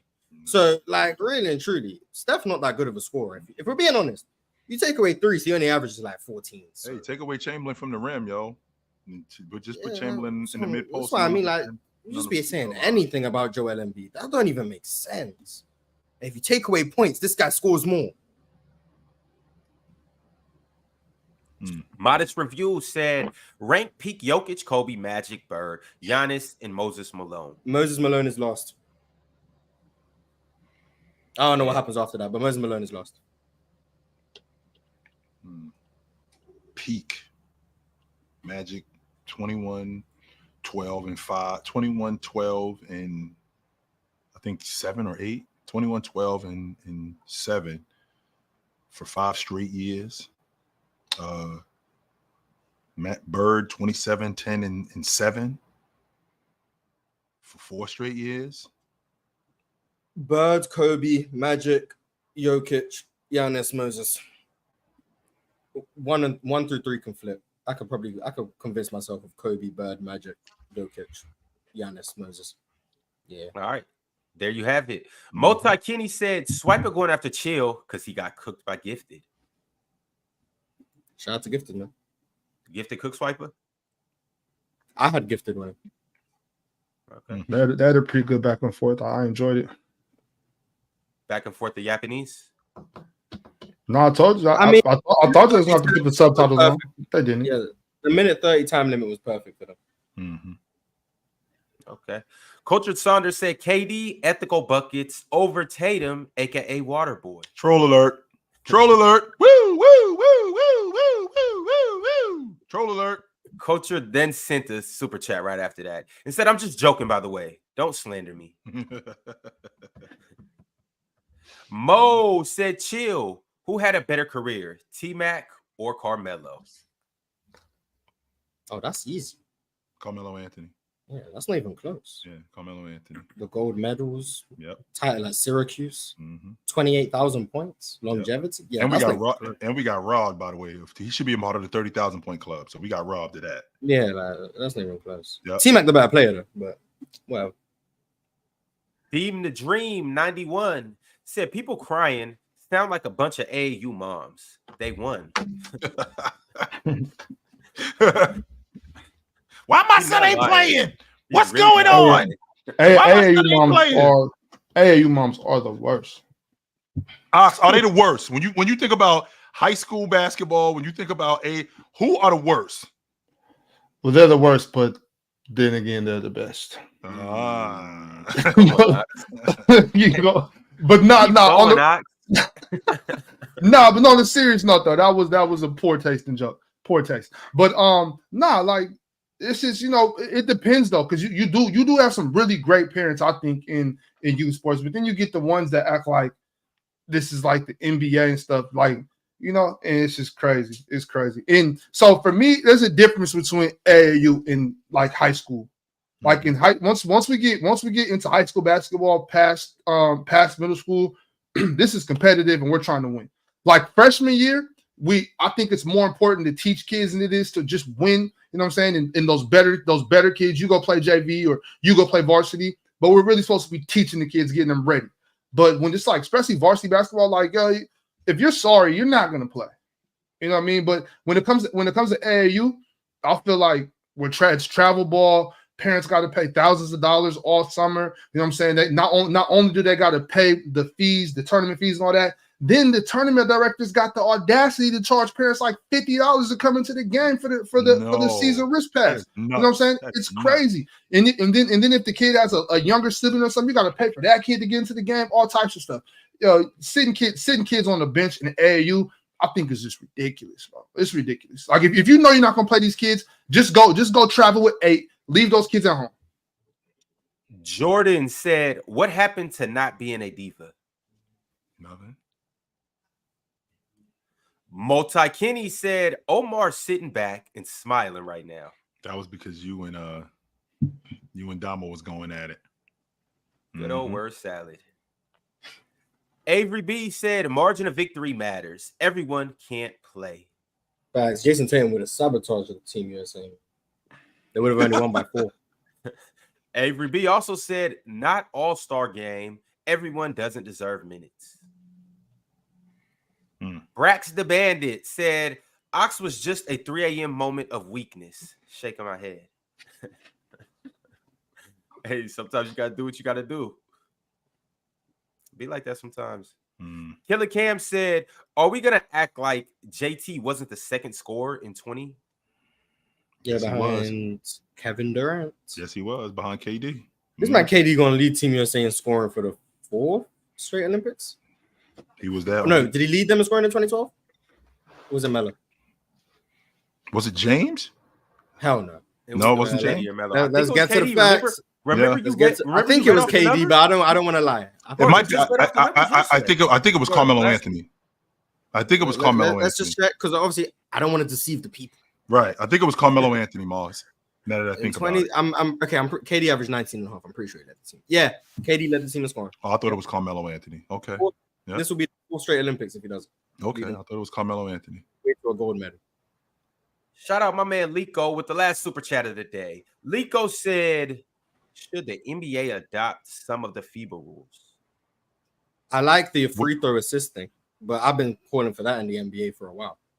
What's the free throw? If you pass to someone who then draws a foul and they make a free throw, that's your assist because you create. Yeah, I've always said that should count as an assist. Word. Yeah, my man Hallie averaged about 17. So if I go to Ox and Ox gets fouled, then he goes to the free throw line and knocks down both his free throws, I get the assist.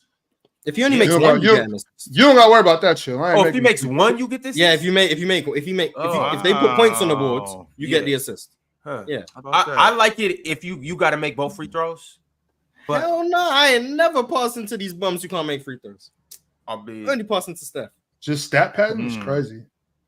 Hell yeah. So people can say I'm the best passer in the league? Absolutely. Yeah, but no doubt, Chill. You don't gotta worry about getting no assists from me at the free throw line. It ain't happening. You know how many assists Tyrese Maxey gonna average just passing the ball to Joel? That's 12 assists a game. Easily. Facts. Marcus FRM 626 said, chill. When you go live? Tonight, 7:00, Chill Town Hoops. Check me out. Y'all pull up. I better see you there. All right. Never gonna ask me an ox though. Crazy. We'll be back tomorrow for another episode of the panel. Y'all pull up to Chill's channel tonight, and we will see you guys in the morning. Later. Merry Be easy. Christmas. Merry Out. Christmas. Enjoy the